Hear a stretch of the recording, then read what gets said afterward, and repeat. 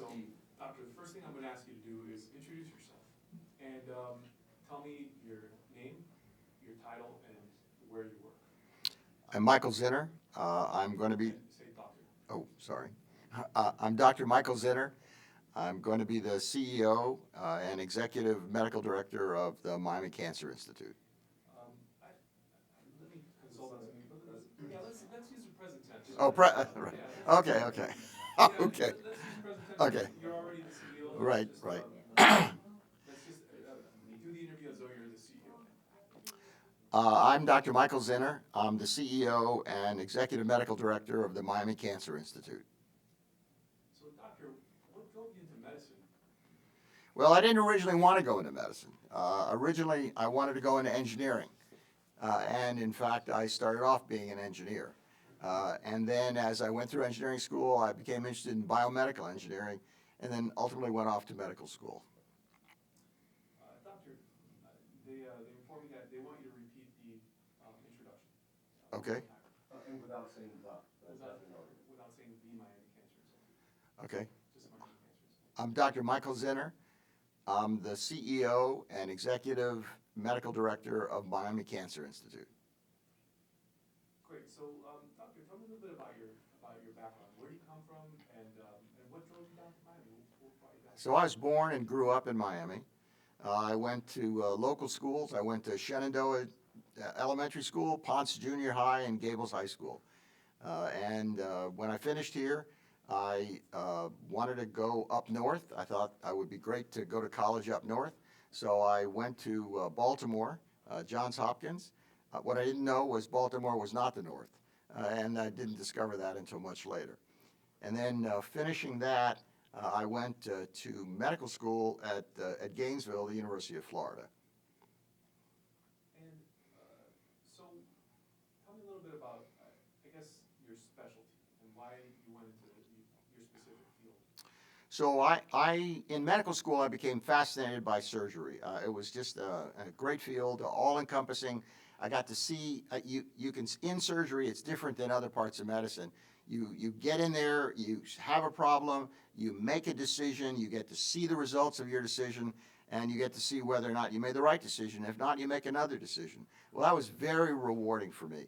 So I went into surgery and spent all my residency training in surgery. During that period of time, I became most interested in cancer and cancer surgery.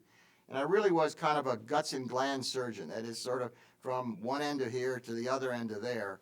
And although that's not very glamorous, it was a very rewarding part of the profession. So, I guess I asked you a little while ago what brought you down to Miami, but we were talking earlier and you mentioned a story about your mother receiving treatment at Baptist. I read this in the paper. Tell me about the factors that weighed into your decision to take this job. So I was born and grew up here in Miami, and I've loved Miami ever since. Family's still here. I still have family here. My mother stayed in the same house I grew up in for 50 years in Coral Gables, right on Alhambra Circle. And then when she got too old to be on her own, she moved into Kendall and had a place at the Palace in Kendall. And was there, and she'd get sick every once in a while and was taken care of at Baptist. But one incident in particular was that she developed, her apartment was right next to the heating unit, and she developed carbon monoxide poisoning and could have died. And she was taken to Baptist where they saved her life. And with those multiple experiences at Baptist, I knew that that is a very high quality institution, the kind of place that I wanted my family to be taken care of. You could work anywhere. You can basically write your own ticket. Go anywhere you want to. Why come here? First of all, the opportunity is enormous. The Miami Cancer Institute is going to be a destination cancer institute, and I was thrilled with the opportunity of being able to be part of it. I think Miami I don't have to tell the people who live here, I think Miami is a growing, incredibly important city. I don't see a dominant cancer center in the region, and the opportunity to get involved with one would be terrific. And I'd look forward to, if you will, being a capstone on my career, and I hope to ride this for a long time. So let's talk a little bit about patient care, you know, which is the whole philosophy behind Miami Cancer Institute. What role do you think empathy plays in patient care?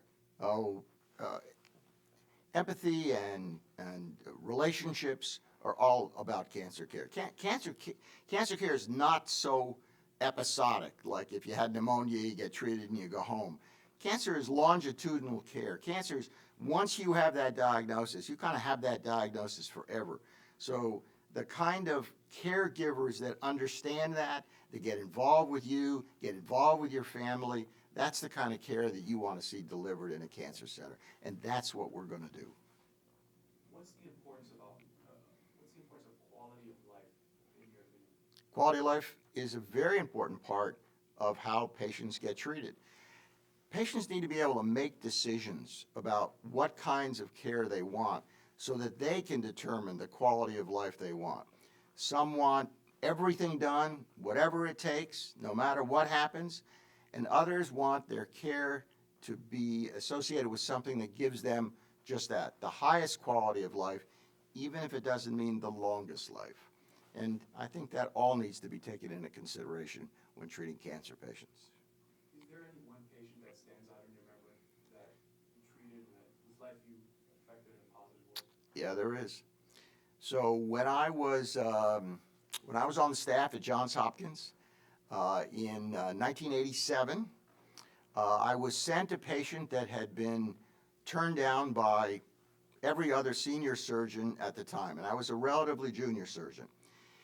And it was a guy, oh, by the way, he was a malpractice attorney, but he was a guy who had esophageal cancer, and the cancer had spread to a part of his liver. And that almost always means that it's not surgically treatable. So every other surgeon had said, you need to go with your family and take a long trip because you don't have very much longer to live.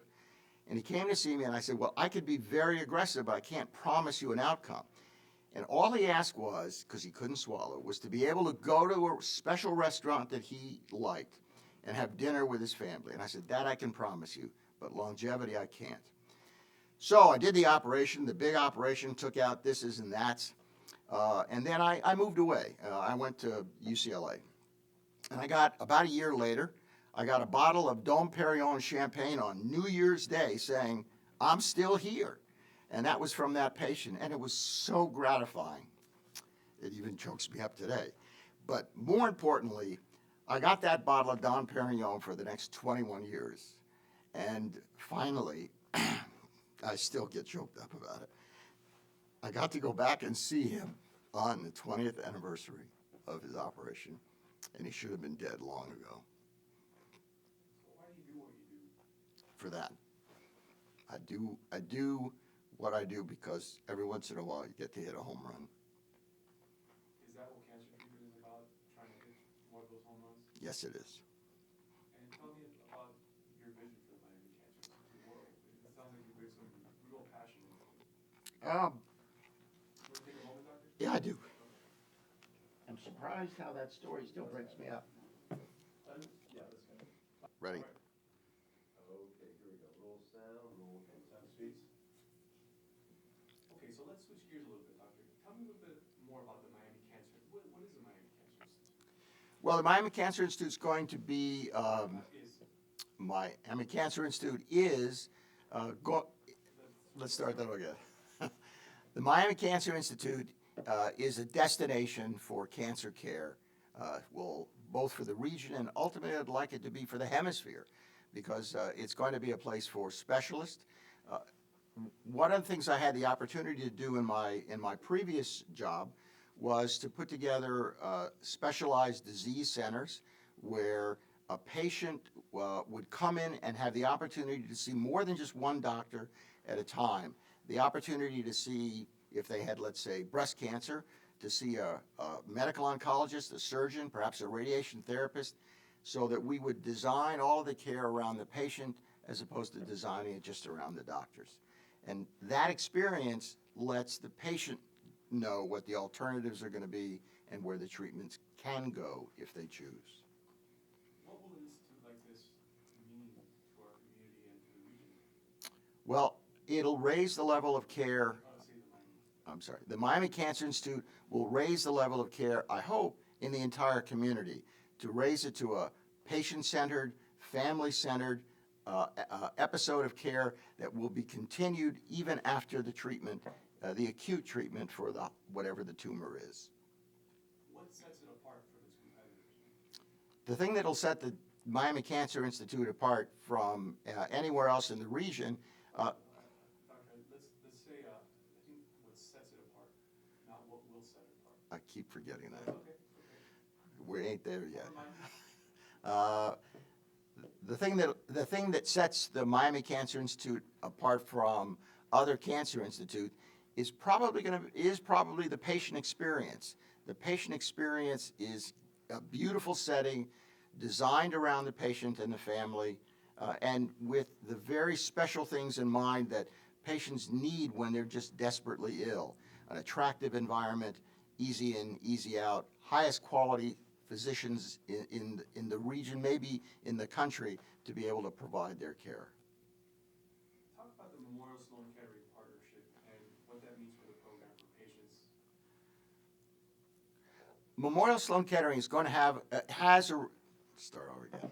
Memorial Sloan Kettering has a relationship with the Miami Cancer Institute in that we're going to accept their treatment protocols. We're using their clinical trials protocols. We're using them kind of as a northern extension of us, and we'll sort of be their southern extension in Florida. It'll be both a destination for patients that are from the region, but we also expect that there'll be patients that we know that spend time in Florida in the winter who need the continuation of their patient care, and we are going to provide that. In a previous, it's been described as a transformative opportunity. Talk about that. The relationship with Memorial Sloan Kettering. The relationship with Memorial is unique. There's nothing like that in the state of Florida. There were attempts at other institutions, for example, other nationally prominent cancer institutions having associations with Florida hospitals, but it's not the same as this one. This one is totally embedded in our cancer institute. We're using clinical trials, we're using their protocols. This is as though Memorial Sloan Kettering is going to be in Kendall. So why is research and clinical trials, why are those an important part of our cancer program? Clinical trials play a critical role because many patients end up going through traditional therapy and then their tumor or their disease sort of outstrips the traditional therapy. We need to have other options available. We need to have what are the clinical trials that currently exist around the country to give that extension to the patients. Now, clinical trials by definition mean we don't know what the right answer is. But in all the clinical trials, it'll be a standard of care versus an experimental form of therapy that we wouldn't do unless we had high expectations that it would help the patient. Talking about what went into the design of this Miami Cancer Institute. The Miami Cancer Institute was designed with the patients in mind. So patients played a critical role in designing the layout, where patients would receive therapy, what they would see. If you're a cancer patient and you're getting chemotherapy, it's very difficult. And you need to be in an environment that's patient and family friendly. You know, I relate my own story. My wife developed a cancer, that ironically one that I had been trained to treat and was treating my entire professional life. So I lived through her chemotherapy with her for over 2.5 years and really got to understand what it was like to be not only a patient, but a patient's family. And it's critical that that be in an attractive setting with caring people, with people that sort of navigate with you through the disease process, and that's what we do. Again, not to use the with the Cancer Institute. Oh, gotcha, okay. How can it not be the? I think it's just Miami Cancer Institute. Sounds like it belongs there, but Yeah, like it goes up on the title. Okay. That's the beginning. I'm gonna have a trouble with this one. I know what Yeah, you mean, yeah. I'll try to prompt you. I get lost in what you're saying, and I forget to kind of remind you, but, what you said was interesting. Talk to me about that first person account of experiencing cancer treatment with your wife and being there with her. Talk to me about the importance of family in a setting like that. So let me relate a little bit of the anecdote of my wife. I was trained as a GI cancer surgeon. My specialty was pancreatic cancer. And ironically, my wife developed pancreatic cancer.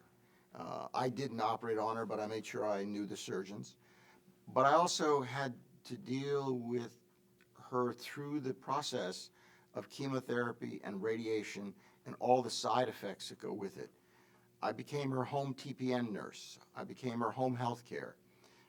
And so I totally understand what it's like to be a family member. And it still chokes me up to talk about losing my wife to a disease that I had treated my whole life. On the other hand, I also understood the importance of making sure that that patient experience and that family experience is something that I could share with my patients going forward. And we will do that. So, expand a little bit on the family care aspect of cancer treatment and how it's going to be emphasized at Miami Cancer Institute. So Miami Cancer Institute is going to include patient and family experiences. Not all cancer care is going to be in an in-hospital or in-patient facility. Some of it's got to be extended to the home setting, and that's the kind of opportunity we have to be a distinguishing cancer center in our region. We have the kind of people that can do that. We have the support staff. We have the navigators. We have the nurses, the people that can respond to the kinds of urgencies that patients with cancer need and have. So what's the importance of investing in research and other ways of treating cancer? Research plays a critical role in any cancer care. I mean, if I were to pray for a change in cancer care, it would be to take cancer care from the way we currently do it, which is acute episodes of care, and take cancer to a chronic illness. That it'd be kind of like diabetes in a sense. I can't cure you of diabetes, but I know with insulin I can prolong your life for a very long time. So I can't cure everybody who has cancer, but boy, if I could turn that into a chronic illness that I could treat over time and make it a chronic kind of illness where patients lived decades as opposed to years, that would be our goal. And the only way we're going to get to that is through research. Are you hopeful that the word cure will be more commonly used down the road? The word cure is kind of a misnomer. Currently, we talk about cure in terms of 5-year survivals or 10-year survivals.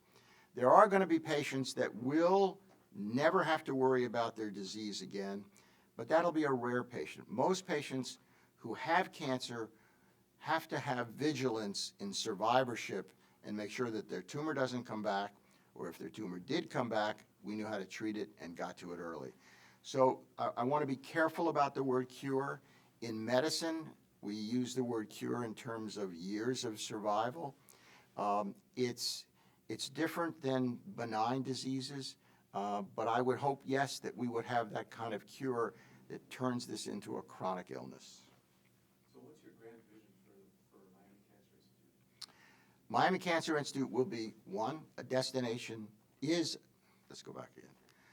Miami Cancer Institute is a destination cancer center. We're going to be premier in the region.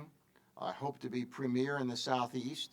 And we have the opportunity to care for patients from Latin America, Central America, and the Caribbean. And all of those things combined, I think, are going to make us a world-class cancer center. One moment, Dr. While I consult with. Keep rolling. Oh, okay. Only proton therapy center. Okay, roll sound, camera. Miami Cancer Institute is a world-class cancer institute. For example, we have a new kind of radiation therapy unit called a proton beam radiation unit. We have the only one that's in South Florida, and there are none in Latin America. So it's going to be the highest technology kind of therapy that we can deliver for very specific kinds of tumors. That's just one example of the technology.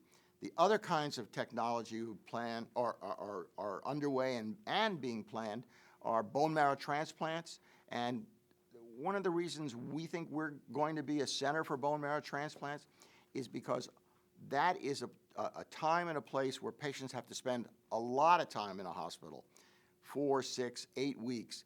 And we have the best patient experience for cancer, inpatient cancer care in the region. Let's see, Doctor, there might be a couple more. Something pretty simple, we will have South Florida's only proton therapy center. Yeah, just a simple sentence that says, we will have South Florida's only proton therapy center. But 1 second, hold on, please. 1 second, Doctor.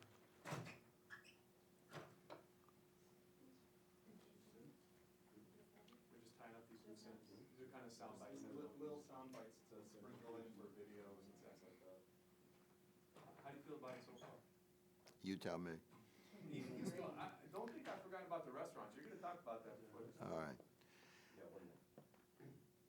Okay, so we're, roll sound, roll camera, speed. All right, so Casey, can we get that line? Yeah, Miami Cancer Institute will have South Florida's only proton therapy center. Miami Cancer Institute will have South Florida's only proton cancer. What was it? Proton therapy center. Miami Cancer Center will have Miami Cancer Institute will have South Florida's only proton therapy unit. Great, good.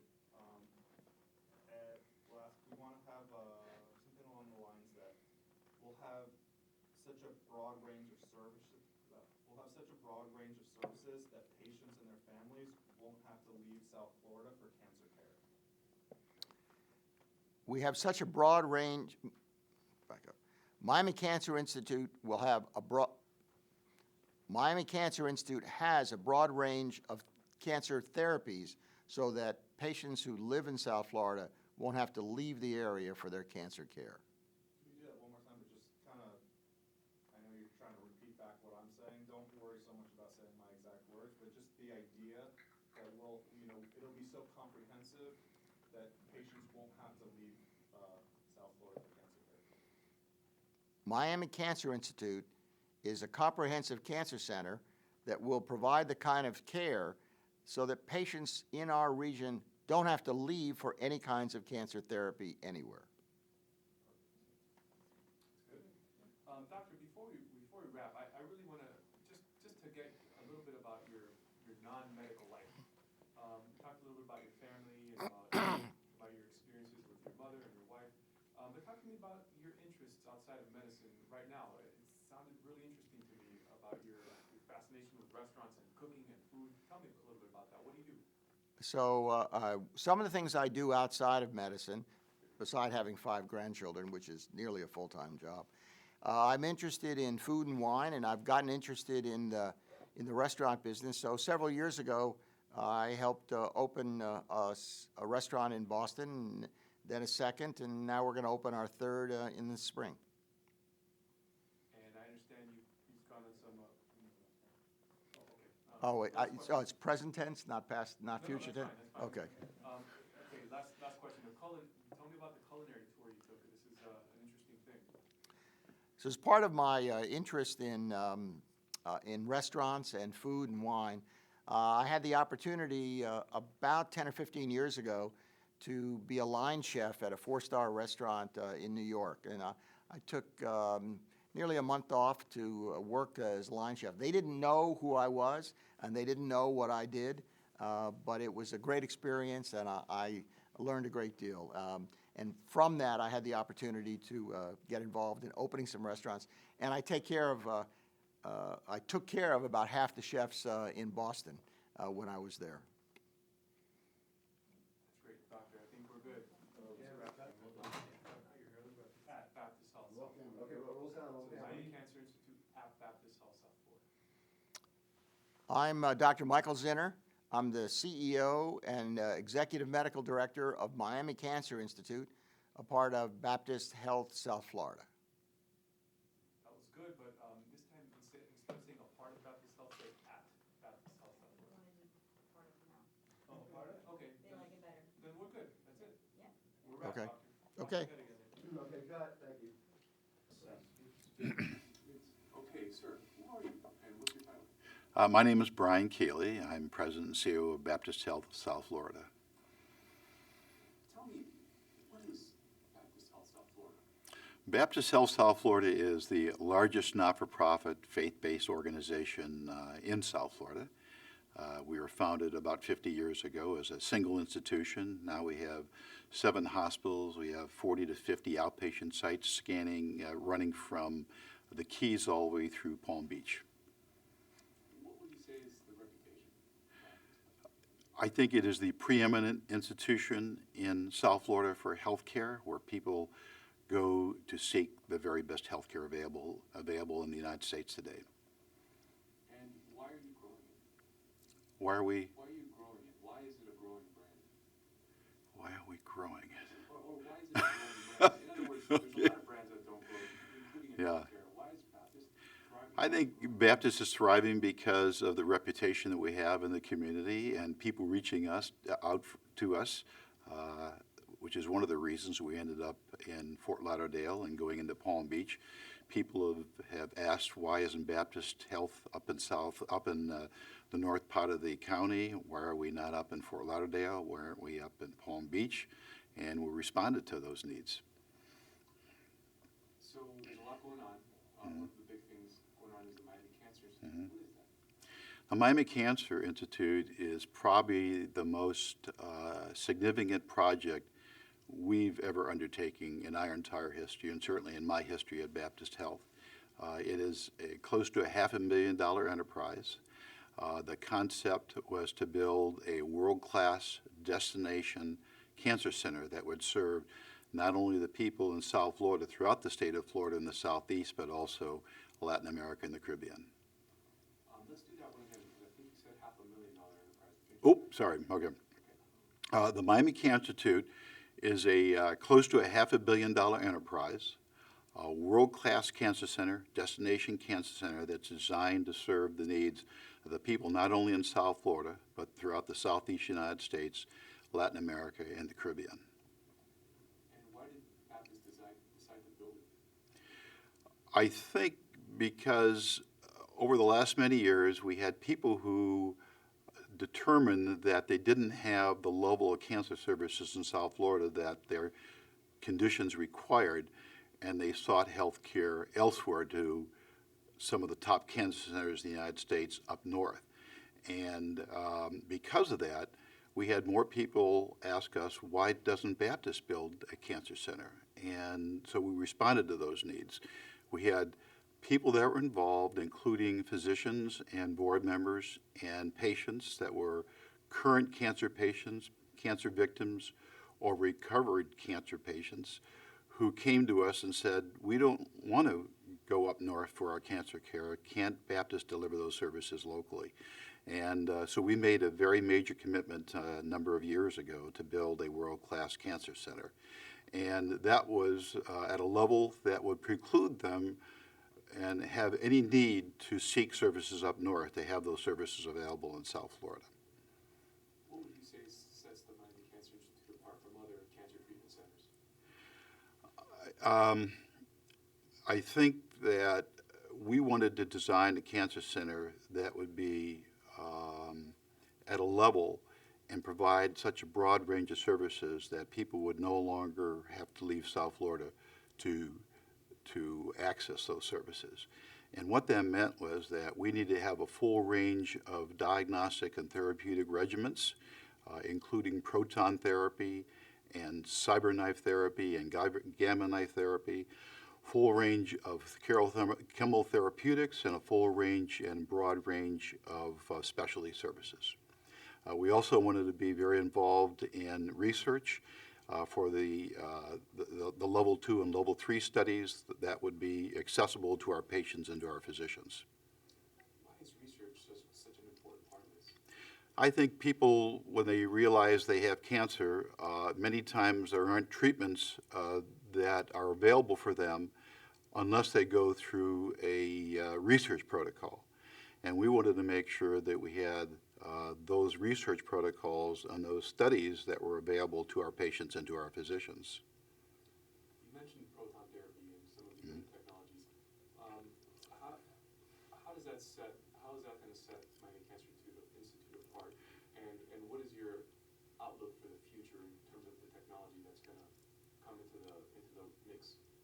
Well, probably the most cutting edge therapy, which differentiates us from everyone else, is proton therapy. There's only 14 or 15 of those that are available in the United States today, and the closest one is up north in Gainesville.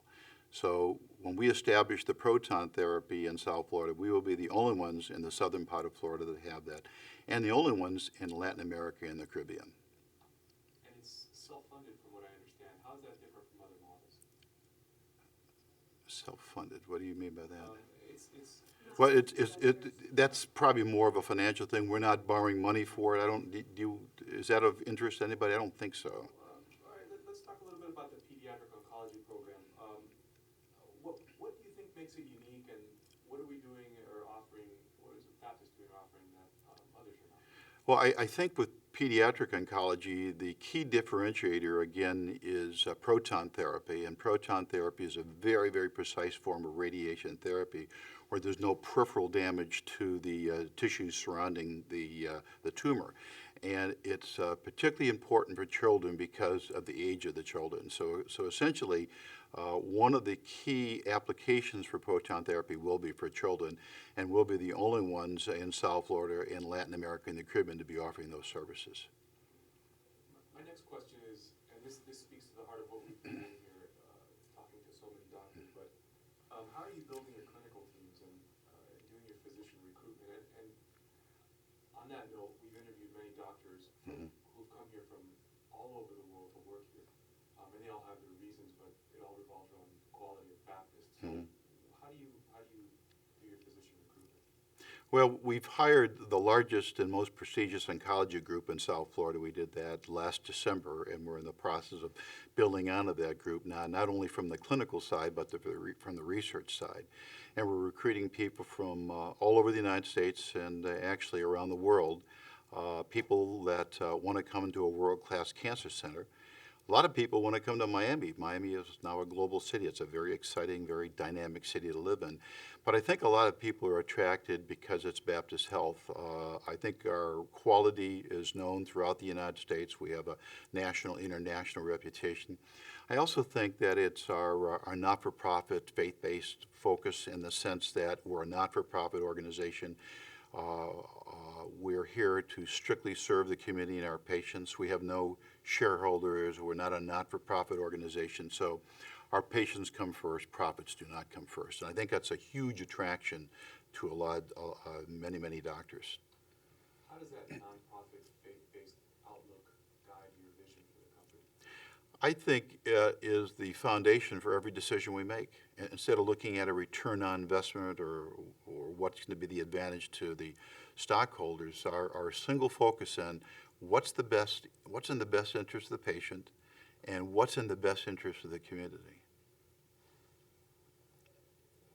How would you describe the patient experience at the Miami Cancer Institute? What will it be like, and how's it going to be different from others? So there's palliative care, care navigators. You want to go into that a little bit? I'm going to let the other folks go into that because they're much more knowledgeable than I am. But I can tell you that when we hired the architects who are international architects who are specialists in designing cancer centers, we went to and visited all the top cancer centers in the United States, many of the top cancer centers. And the comments and responses we got from them were interesting because we didn't want to design it after what we saw.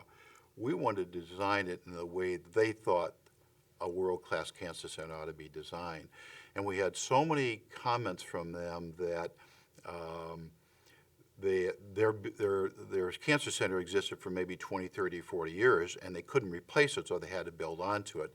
And they couldn't start from scratch. So we started with a clean planning slate.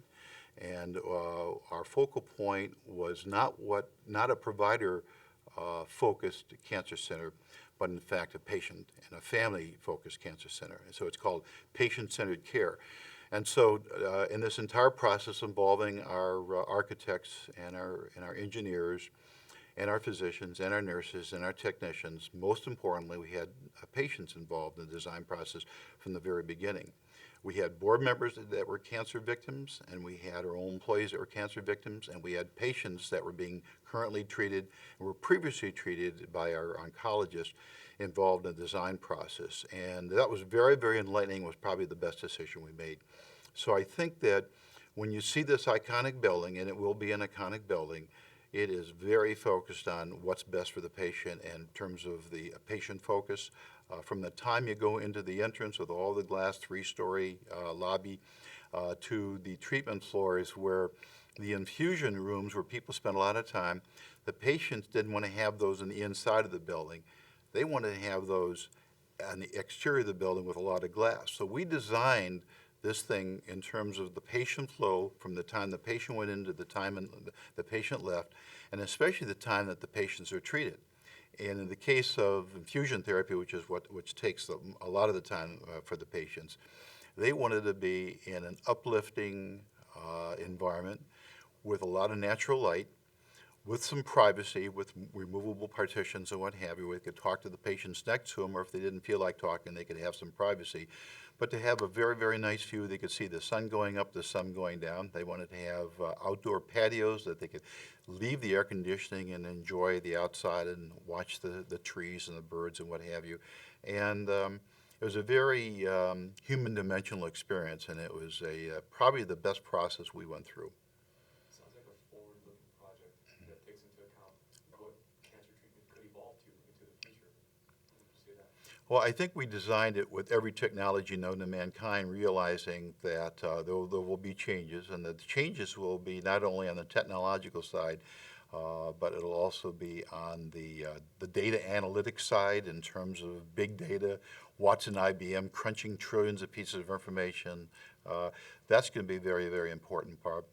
But also, we believe that in the years ahead, much of it's going to be it's going to be transformed from the inpatient setting to an outpatient setting, to maybe an outpatient center, to patient home, to the doctor's office or what have you. But it's going to be focusing on in the most appropriate location for the patient, where the patient feels the most comfortable. And many times that could be the home. And I would not be surprised that we'll be monitoring the patients from home with an Apple Watch hooked to their iPhone, and we'll be monitoring them through our telehealth center. And they're going to be in the comforts of their home as opposed to being in an inpatient setting or some type of very clinical type setting. But if they're in the clinical setting, again, it's designed to respond to the needs of the patients in a very comfortable, very comforting environment. What role does family play in patient care? Critical, I think you're talking about family. I'm talking about the family, like a person's family, and what role do they play? I think the family plays a critical role. I think they're the advocates for the patients. There's very few patients that come in by themselves. They come in with their sons, their daughters, their husbands, their wives, their uncles, many family members. Cancer affects the entire family, and that's the best support system that our patients can have. Now, we're a great support system. We're a very people-oriented organization, people that are very caring and compassionate, but you can't replace the family. And so not only do we design around the needs of the patient, we have to design around the needs of the family too. So paint a picture for me of what Baptist will look like 10 years from now. The Cancer Center or Baptist? Baptist in general, and if you want to include the cancer center in that. Baptist will continue to grow in terms of reaching out to the community, not with bigger buildings, but I think looking at the transition from being an inpatient to an outpatient to being treated in a doctor's office or to actually receive your treatment at home. At the campus itself, where the cancer center is, we're building a hotel there. And we're building a hotel because we have a large international program. We have people coming in for therapy that might last 3 or 4 weeks, and we need to have a place to stay. However, we also believe that patients leaving the cardiovascular center, which we're building, or the cancer center we're building, many times it might be a little unstable. They can't go home yet. They need to have a place they can, as an interim place they can stay and still receive treatment. So we're designing the hotel to accommodate home health nurses, where our nurses can actually go up and visit the patients and take care of the patients, and also have telemedicine and teleconferencing available there. So the patients can be communicating to their doctors, and we can be monitoring the patients in the hotel. So everything's focusing around the needs of the patient and the needs of the patient's families. Let me check with Kelly on something. Just one second. So, that we didn't cover that you feel, we should cover that you didn't touch upon that you'd like to talk about, regarding Baptist. What didn't we cover that you'd like to get out there? Sorry, were we starting to roll? Yes. Okay. Roll sound on camera. Not about the cancer center, but about Baptist then? Sure, Okay. it's not very Well, often that you sit down and do these yeah. interviews, so. I guess people ask me why I take such pride in our organization, and there's probably several touch points. Number one, the whole culture of Baptist, it's about people, it's about putting our patients first, our whole mission-driven organization. That to me is really important, and if you can't embrace that, then you're not going to be a good fit of that organization. But that's the reason that so many people are attracted to us, that realizing that we're not-for-profit, mission-driven, that our patients always come first. That's a huge attraction to a lot of people in the healthcare industry. I think being rated as the #1 healthcare system in South Florida by U.S. News and Report is meaningful for us. That, I think, contributes to the reputation that we are truly a world-class organization as recognized by some of the national media right now. I think Fortune magazine named us for the 15th year in a row one of the best companies to work for in America. Isn't that amazing? And that goes back to people, how we treat people and the type of people that we want to attract to the organization. And another one we take tremendous pride in is Ethisphere rated us as one of the most ethical companies in the world. And I think we started out as the only healthcare organization on the list, and I think there's 3 of us right now, including the Cleveland Clinic.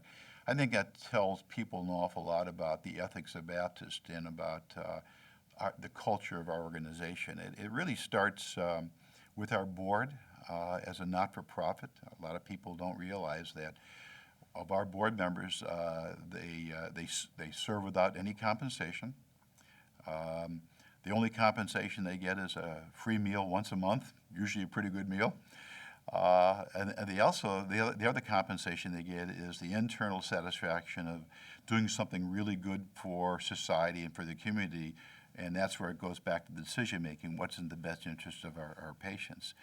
I think another noteworthy thing about our ethical standards, and on a scale of 1 to 10, they're probably a 14, that our conflict of interest statement that every board member signs, including myself and our executive team, we can't do business with Baptist under any circumstances, nor can our parents, nor can our children.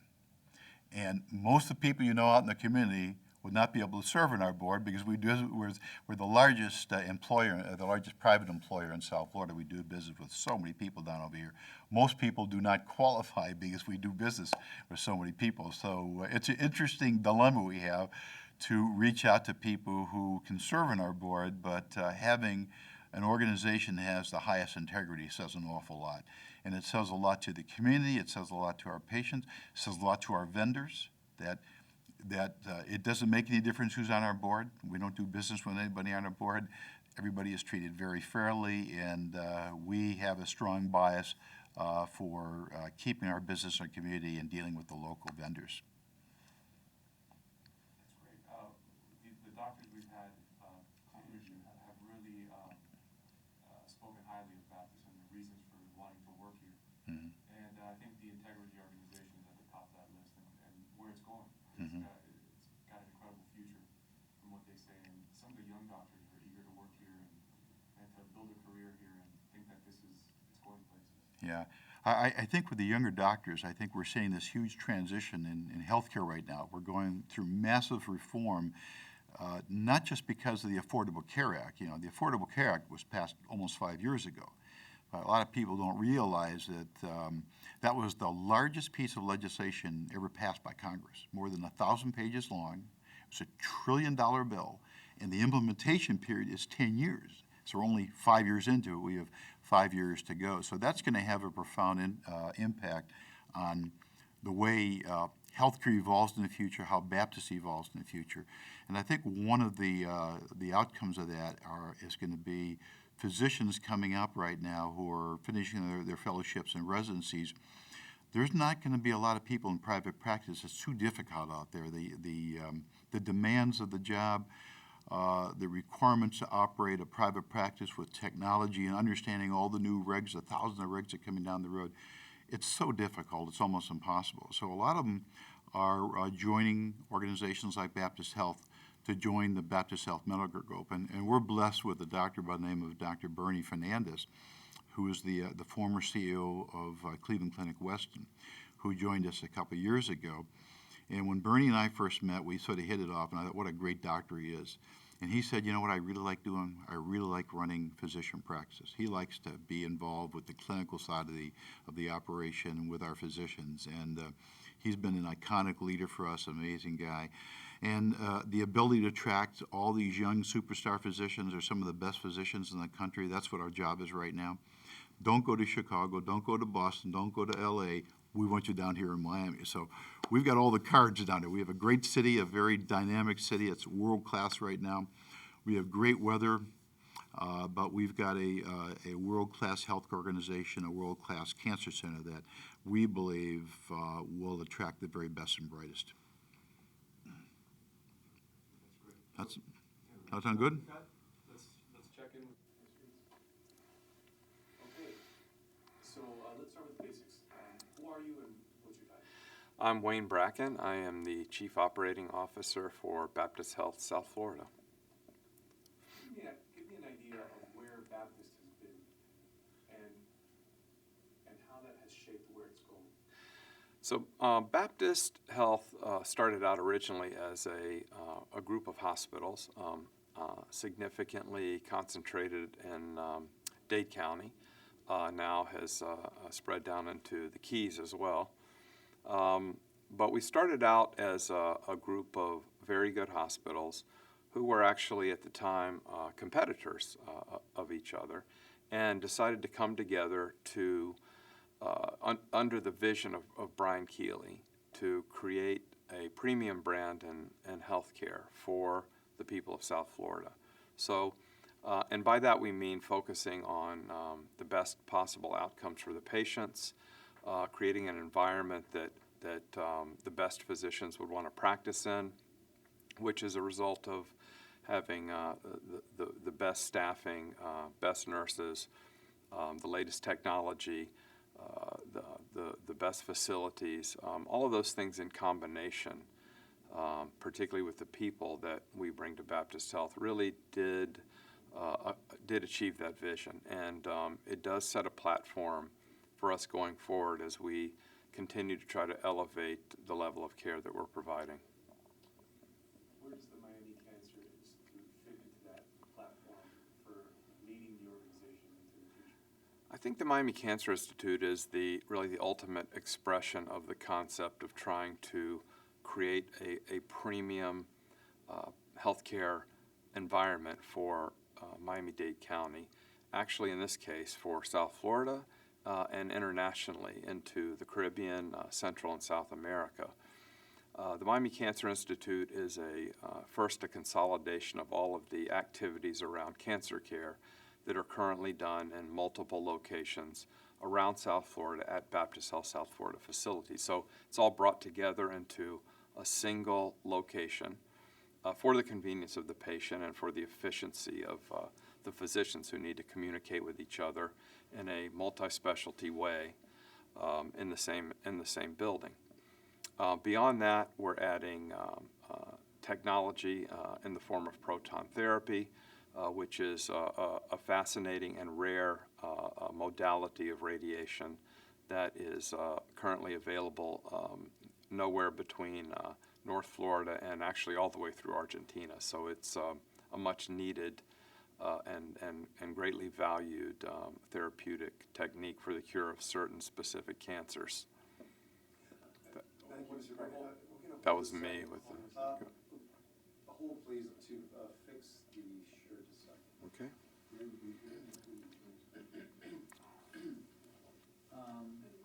No, it's not my phone. Sorry about the phone tappings. That was mine. That was yours? Yeah. Sorry. It's okay. I thought I turned it off. Yeah, It's yeah, it's an alarm. yeah, yeah. No, that was to remind me that I should get my ass over here. Let me turn it off. Do you want to like open my coat and pull it from the back or something, or? Yeah, I need to. Yeah. I was gonna suggest 'Cause it- that. Go ahead. Turn this off. Let's go down real quick. Okay. We're gonna cut this out. Okay. Thank you. Thank you. Yeah, we have occasional phone interruptions. It's hard to. You know, I turned the phone off, but it doesn't turn off the alarm. I didn't. Yeah, Yeah. that's right, that's right. So, what will the Miami Cancer Institute mean for our community? The Miami Cancer Institute was originally conceived because we noticed that a significant number of our patients who needed care that was beyond the capabilities of the institutions in Miami were leaving town. They were going to New York, Boston, Houston for that care. So the initial effort was to try to address the need. There's a level of cancer services that were being sought in other parts of the United States, and we believe, as Miami's a major international city, that care should be available here. Do you foresee the organization attracting more and more talent from around the country to work out of the institute? And what impact will that have on cancer treatment? Yeah. One of the most exciting things about the Miami Cancer Institute and its effect on Baptist Health and its effect on the community is we're bringing in top-notch physicians and scientists from all over the country and internationally. We brought the most latest recruit was Dr. Miguel Villalona. He's coming to us from the Comprehensive Cancer Center at Ohio State. He was actually recommended to us by the chief physician at Memorial Sloan Kettering. Beyond that, Dr. Jeffrey Boyd, coming to us from Fox Chase, is the chief of genetics. He will be also the chief of genetics at FIU, at the College of Medicine there. So those linkages are very important. We're going to see a continued influx of physicians and scientists who will help elevate the standard of care here, and I think have a halo effect over all of Baptist Health as we try to bring together the research, academic, and clinical aspects of cancer care to a level that's not been available here in Miami. Why is research important? Well, one of the reasons people tend to leave Miami is for access to clinical trials. So we're looking at an alliance with Memorial Sloan Kettering in New York City, which is the #1 cancer institute in the United States and probably the world for that matter. They have 800 clinical trials going at any given time. And through this alliance, our patients here, our members of our community, will have access to those trials as they bring them to Miami through this very important alliance. Tell me about this partnership with Memorial Sloan Kettering and what's going to be the impact on the program for patients. So we know at the Miami Cancer Institute and Baptist Health historically, the cancer care, we've done a great job. We have a very high level of service. We have excellent physicians, excellent surgeons, great facilities, but we needed to bring them together into a single location. As we began to design and create this location, it became obvious that to be a destination cancer institute, research was critically important. The research is what allows you to do the clinical trials, allows us to have breakthroughs in cancer care, and helps create a very strong alignment with both Memorial Sloan Kettering as well as the College of Medicine at Florida International. What are some of the unique treatments you'll be offering at the institute? Well, from a technological standpoint, certainly the big news is the proton therapy. There are only 11 sites available in the United States today. The next closest one is in Jacksonville. So patients do leave now for treatment on proton beam. It's particularly important for pediatric cancers. A number of them can really only be treated with proton therapy. There are certain spinal conditions and certain eye cancers that really can only be effectively treated by this treatment modality.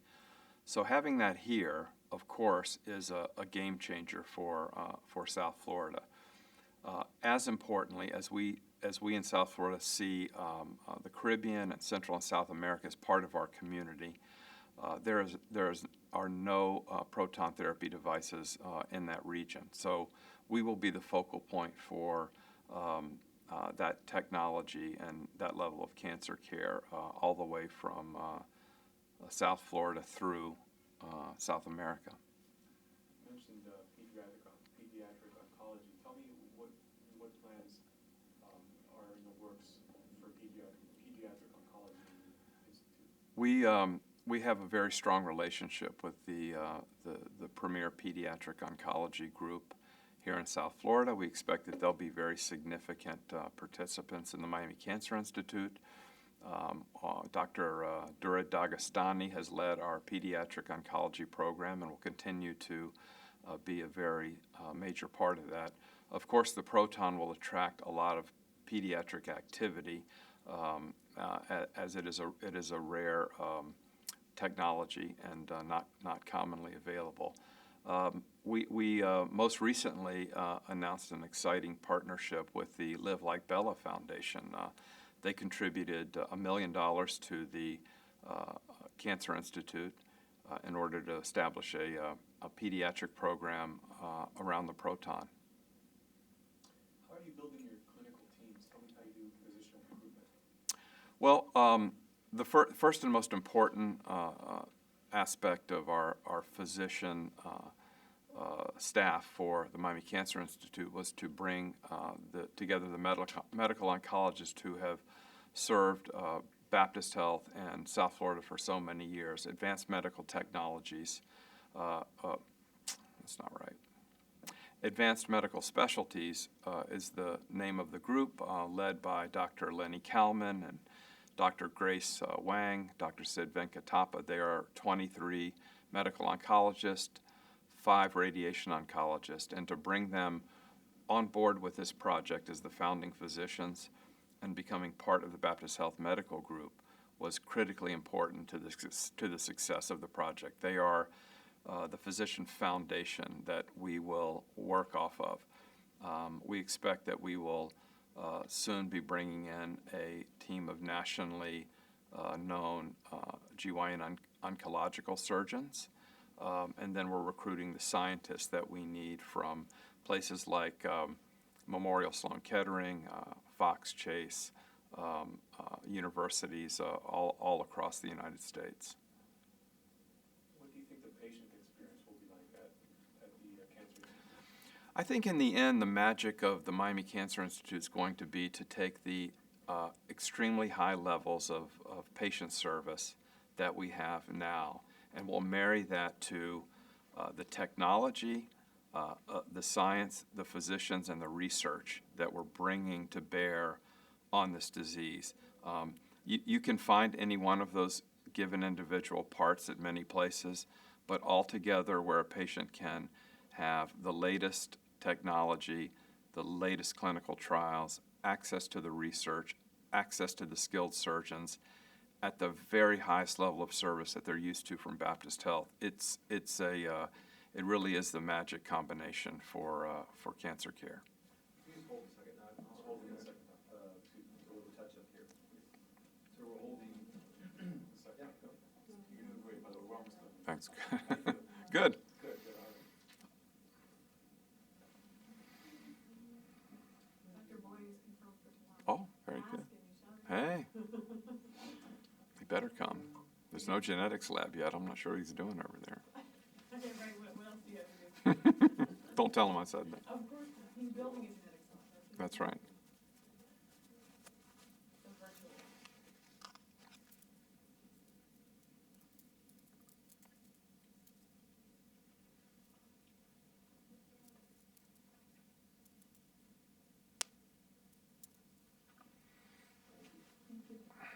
Okay.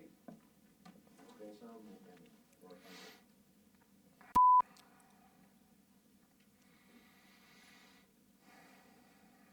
Oh, We're rolling. Yes. we never cut. Okay. So, what role do you think family plays in patient care? Family is critical to a patient's recovery, and we have designed a supportive care environment and program, and recruited one of the top supportive care physicians in the community to come over and lead our program. So there'll be programs available to reach out to the family, make sure that it is a family disease. Everyone's affected by it, and help is needed, and we'll have the help and assistance to give.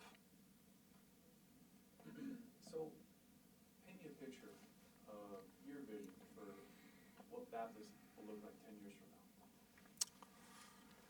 now. Well, I should be in charge by then. Let's cut that part.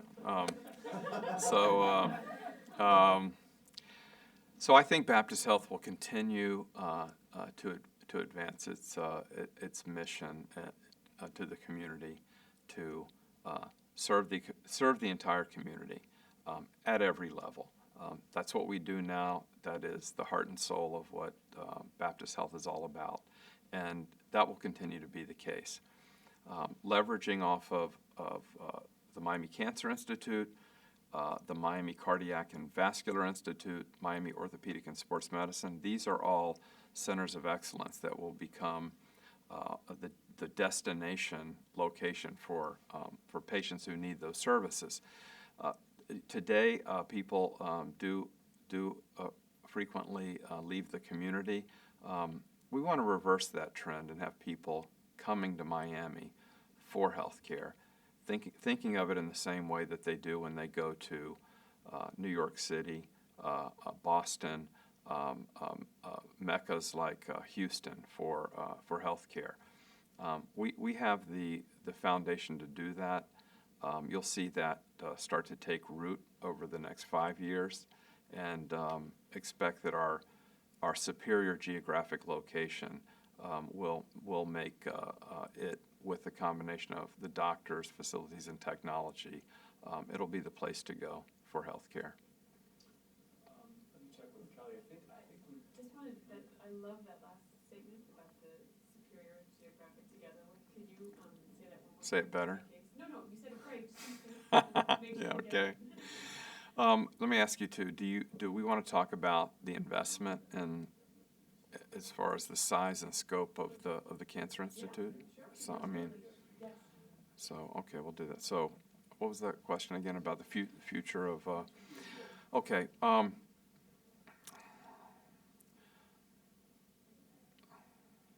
So in Miami, in South Florida, we have a superior geographic advantage over the rest of the United States. People want to come here, and they do, from all over the country, all over the Caribbean, Central, and South America. This is the destination. For healthcare, we want it to be also that destination. So we want to combine our geographic advantage, our superior facilities, our high level of service, these physician experts that we bring here into Miami to help us develop our programs, develop our centers of excellence. It's a winning combination. Okay, tell me a little bit about The Cancer Institute. The Miami Cancer Institute is in multiple ways the largest project Baptist Health has ever taken on. From a size standpoint, it is more than 400,000 square feet. From a cost standpoint, it is more than $450 million of investment. A single piece of technology alone there, the proton therapy device, is $100 million. So the amount of resources going into this project is incredibly significant. But reflecting back on what is the mission of Baptist Health South Florida, we are a community-based, mission-driven, not-for-profit organization. The money that we make, the revenue that we generate, it is for this purpose. So when a need is discovered in the community, we take those resources and we apply it to a situation like the Miami Cancer Institute and elevate care for not only Miami, the state of Florida, southeastern United States, but also our friends and neighbors in the Caribbean, Central, and South America. Why is Baptist such a trusted brand? What's your opinion on that? You know, I think that faith in a healthcare organization, it develops over time, over many years of many patient experiences. One of the reasons I think our outpatient facilities are so successful is because the hospitals have saved the lives of family members. Or on the other end of the spectrum, babies are born at our facilities. We deliver 10,000 babies a year at Baptist Health. It's a trust that is based on experience and the actual patient outcomes that are superior to other places in the community. Both of my daughters were born there, just for the record. So, 2 of the 10,000. I always ask people that are great interviews what I didn't ask you. What do you want to talk about that I didn't ask you? What do you think is important? Is there anything we didn't cover that you think needs to be out there? I'd like to say that it is a remarkable thing that during a very tumultuous time in healthcare, when there are financial pressures, there's enormous change going on with the Affordable Care Act to create accessibility for all members of our community, which we are big believers in. But the transition to that is difficult. Yet, we continue to invest in the community. We continue to bring talent to Miami from all over the world. We continue to provide healthcare solutions, even during the most difficult times. That is something that I think is certainly worth noting during this period of time. And there's just one more thing, I don't know if you want to talk about it, but at the leadership ceremony we had, you mentioned a story, but I think the value of it, how that proton therapy is not something that Okay, sure. what that might be. Yeah. No, it's good. Thank you. Okay, so proton therapy, you don't have investors. What does that mean?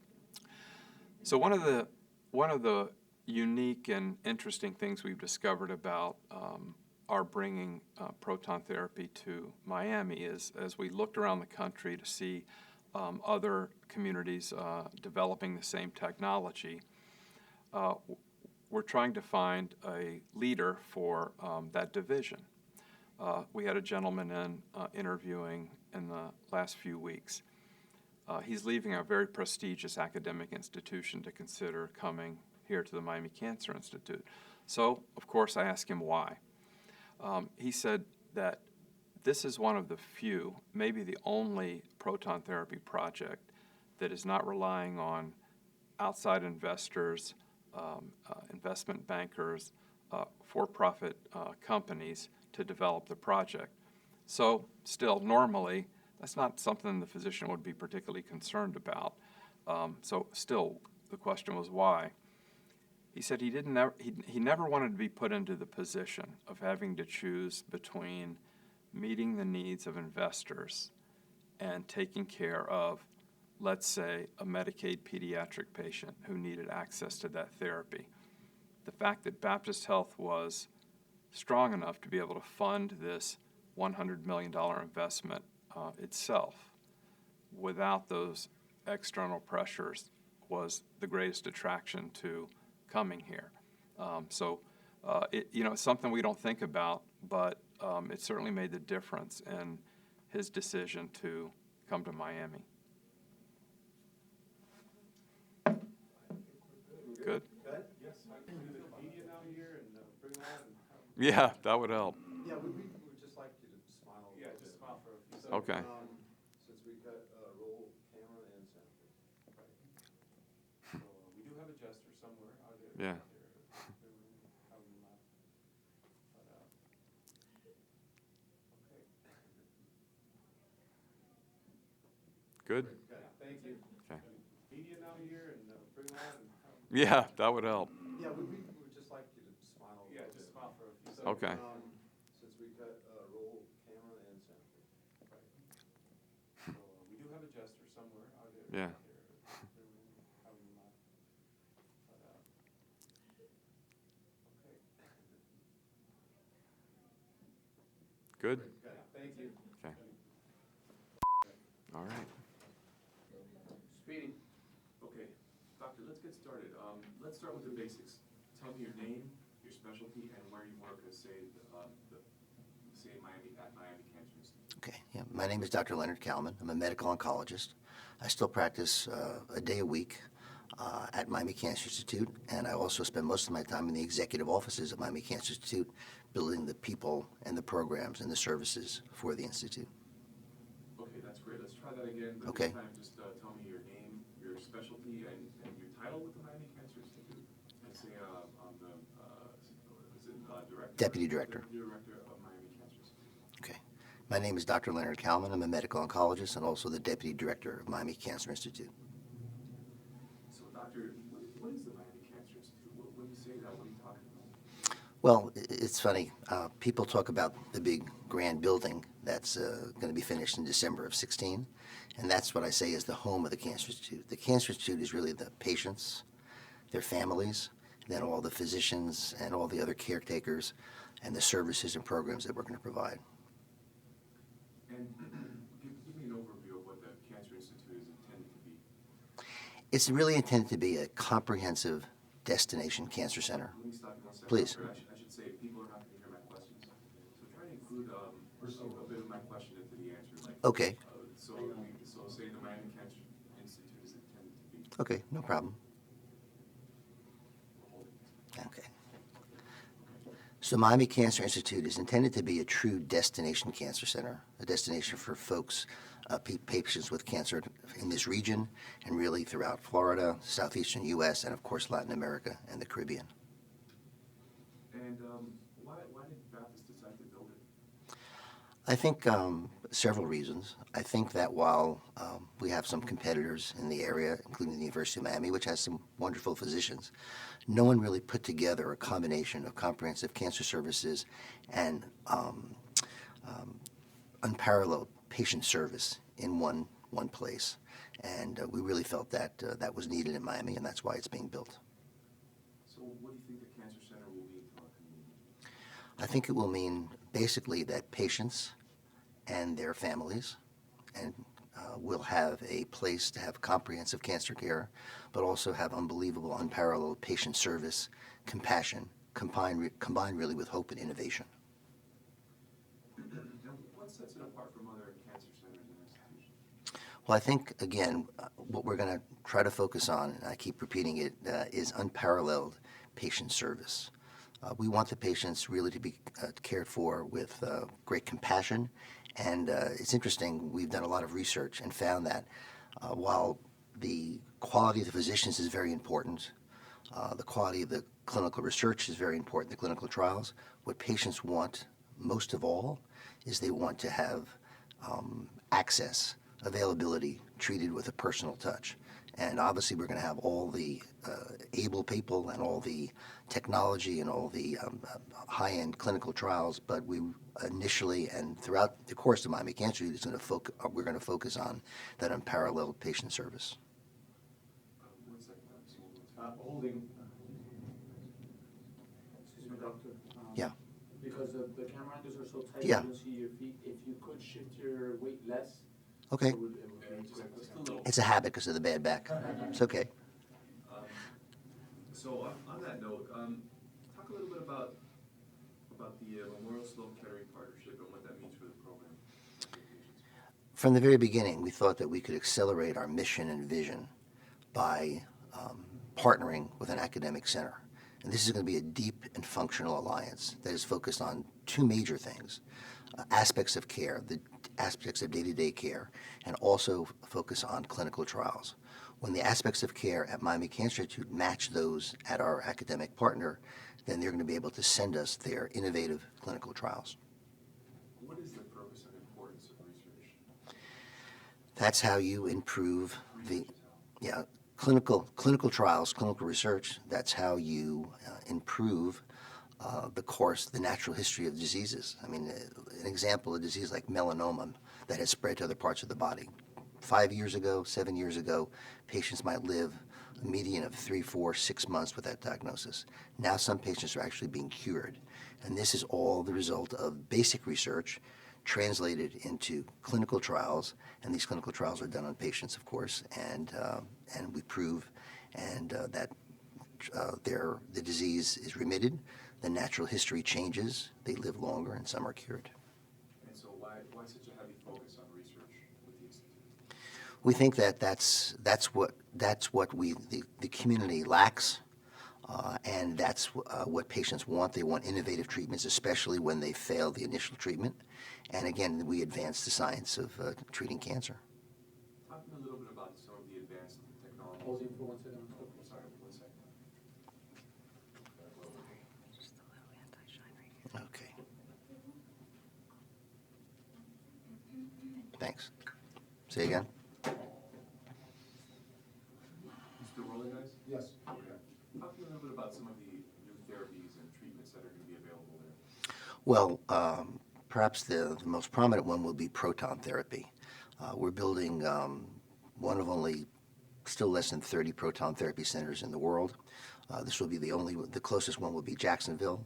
There's none to the south. And proton therapy is very important. It's a form of radiation therapy that is very precise. So it reduces toxicities, especially important in pediatric patients where you hope that you will cure the patient with a combination of perhaps chemotherapy and radiation, and you want to avoid long-term side effects for patients who are going to live for 40, 50, 60, 70 years beyond their treatment. So talk to me about pediatric oncology and how this institute is going to be trying to advance that. We do, Baptist Health System does have a pediatric oncologist now, just one. We're contemplating growing that service. He provides, wonderful care. And I'm sorry, I missed the rest of your question. So I guess the question was, to tell me about the pediatric oncology program, what makes it unique and what are you doing or offering that's different? Okay. Besides the wonderful evidence-based care that our pediatric oncologists provide, I think two things will make us unique. Number one, we will have the proton therapy right on campus, and that is especially amenable to certain pediatric cancers. And in addition, we're building, the chemotherapy suite is going to be a unique environment. We're building what's called an infusionarium. And this is an all-encompassing environment within the chemotherapy suite where the patients, the pediatric patients, while they're getting chemotherapy, are entertained by multimedia, media actually created by folks who work for the Disney company. So they're going to be able to watch, they're going to be able to be in an environment, virtual environment where they seem like they're underwater or in the sky or climbing a mountain. They're going to be able to connect with other pediatric patients all around the country, and that really is unique. So how are you building your clinical teams? How are you recruiting physicians? What's the methodology behind that? How are you doing that? We are focusing on all the major cancers, and what's going to make care unique at Miami Cancer Institute is that we're not going to have all the medical oncologists on one floor and all the surgical oncologists on another. We're going to have the building, as we call, divided geographically by disease. So we're going to have all the physicians who take care of breast cancer in one area, the surgeons and the medical oncologists, and the radiation oncologists can come up to that area, and we'll have a lung cancer area. So it's multidisciplinary care based on the disease, and this gets allows the patient to see all the specialists they need in a very compact, efficient environment and get all the input they need to get the best care.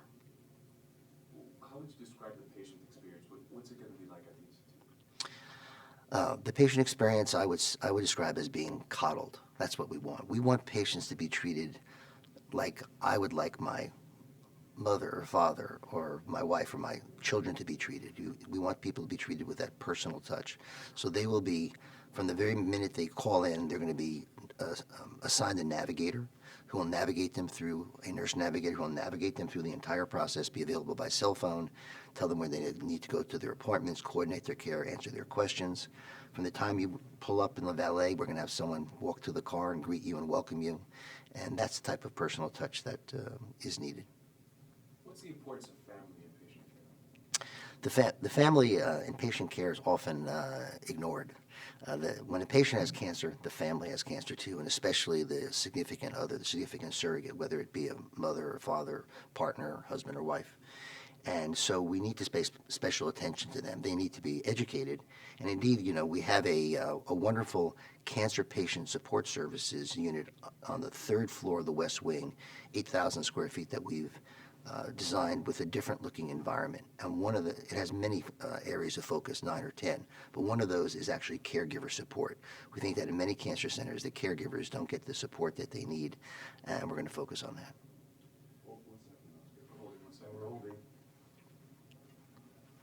I'm burning up your makeup. No, you're I'm just kidding. nice hot lights that we like to put on you. So sweet of us. Yeah, I feel like Richard Dixon during the debate. Okay, so rolling. So, doctor, on a personal note, tell me what it's like for you as a medical oncologist to see the evolution of the Cancer Institute and what it means for you personally. Again, taking care of cancer patients for 33 years now, plus a few years before that in my training. And so, and we've had a very sophisticated community oncology environment here in South Florida. And together with Baptist Health, I think we've done a great job, but this is taking it to the next level. So just as the Baptist Health System feels that they're leaving a legacy for the community, so does our practice and those of us who have practiced here for 20 and 30 years.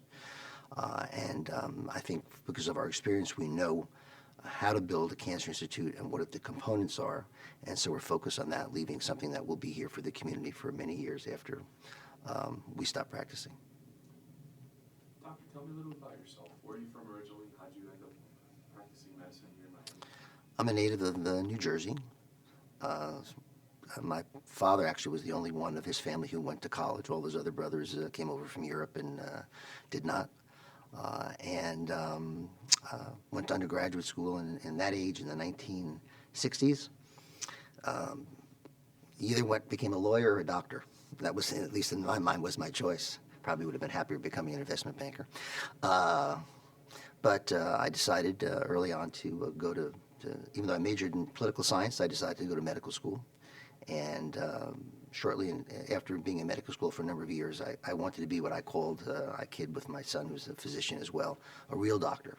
And I felt that an oncologist was a real doctor. You were really taking care of patients who were ill and needed your help. And that's part of being a doctor, is you really get back as much from the patients as you give them. And cancer patients obviously have a lot of needs. They need they need someone who can be trusted, who they can trust, and who can guide them through their treatment and their illness, and that's very rewarding. Talk to me a little bit more about your family. You mentioned you have a son that's a doctor? Yes, I've been married 43 years, and I say I have the ideal medical wife because she's let me work my 12, 14-hour days, and she's run the house and taken great care of the children and raised them beautifully. Yes, my son went to Duke Medical School like I did, and he's now training to be a radiation oncologist. And my daughter is a nurse practitioner, and she actually works back at Sloan Kettering, where I did my training for my fellowship, and she's the head of pediatric TPN. That's extra feedings when patients can't feed through the mouth and they have to feed through the vein or a tube. She's in charge of that at Sloan Kettering. When you're not practicing medicine, what do you like to do? I'm a huge basketball fan. Okay, say, when I'm not practicing. I'll say when I'm not practicing, which is not too many hours. I'm working a lot of hours, but when I'm not practicing, I'm a huge basketball fan. I have season tickets at Cameron Indoor Stadium at Duke. I watch Duke all the time for the Hurricanes, also the Heat. I also love to find new great restaurants in Miami, and that's been easy the last number of years. And I never finish a day without a couple of glasses of wine. So, any recommendations on restaurants? I have plenty for you. I don't think you want me to say them on tape. Do you have a favorite? Right now, Macchiolina on 8th and Alton is probably the best Italian restaurant in Miami. And there's a little place called Mignonette, a little north of downtown. That is a wonderful seafood place. Those are my two favorites right now. And I guess, what inspired you to go to medical oncology? You called it being a real doctor. Was there any moment that you decided to do that? What shaped that? I actually finished medical school, and I thought I was going to be an obstetrician and gynecologist, and did a year of training in that. And what I found was, Sorry, doctor. it's okay. Okay. Oh, doctor, you I'm creeping? I'm creeping? Okay. There you go. Okay. A little bit back again? Okay. There we go. Okay. Again, what inspired you to be a medical oncologist? When I finished medical school, I actually was training to be an obstetrician and gynecologist, and I realized that my personality didn't fit that. That's a lot of waiting around, and then suddenly all hell breaks loose. I decided that I was more of a cognitive person who needed to have the brain running all the time, so I decided I needed to be an internist. And I had a great rotation as a medical student, taking care of cancer patients. And again, as I said before, that's real medicine. That's people with real problems. Both their cancer and many other aspects of their care require treatment. So it was an easy choice. Do you have any patient anecdotes, any one patient that stands out in your record? Very early on, just starting practice, a couple of months in, I was called to the intensive care unit at South Miami, and there was a young woman who had just delivered a baby, and she had a big mass in her chest, and she was frightened as hell, and her husband was frightened as hell, and she had what's called a lymphoma, a large cell lymphoma, and we're able to, just at that time, the treatment for large cell lymphoma was improving, so we're able to put her on a very advanced new chemotherapy regimen. She went into remission, and she obviously is cured, went on to have other children, and she and her husband have had great success here in the community and their business, so that's very heartening to see that. We're going to send a second. Sure. Actually, doctor, I think we might be, doctor, let me. We decided early on that to accomplish the mission and vision of the Cancer Institute more rapidly, to get there faster, that we would need an academic alliance partner. And Baptist is such an attractive institution, and what we were putting together was so attractive, we had several suitors. We did choose Memorial Sloan Kettering, and that is going to be a deep functional alliance. Some hospital systems around the country align with cancer centers, and it's really just for marketing purposes. That was just the opposite here.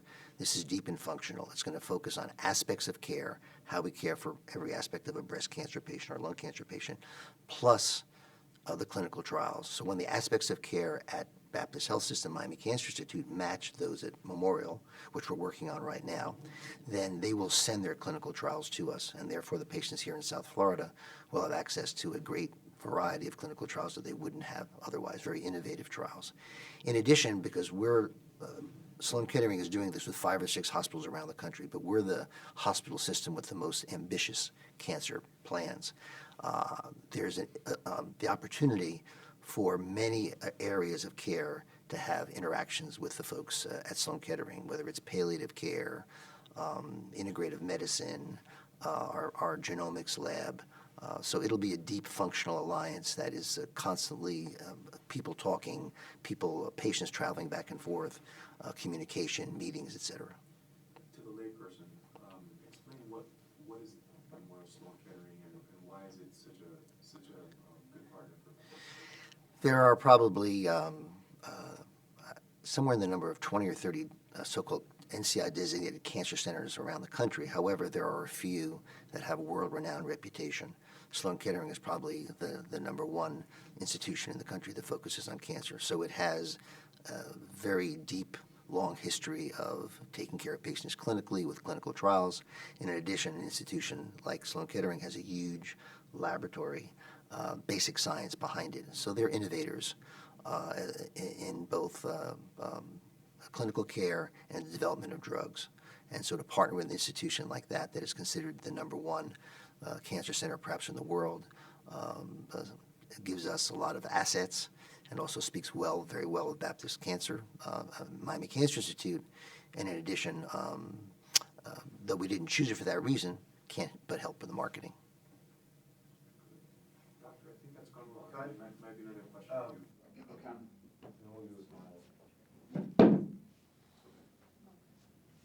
But,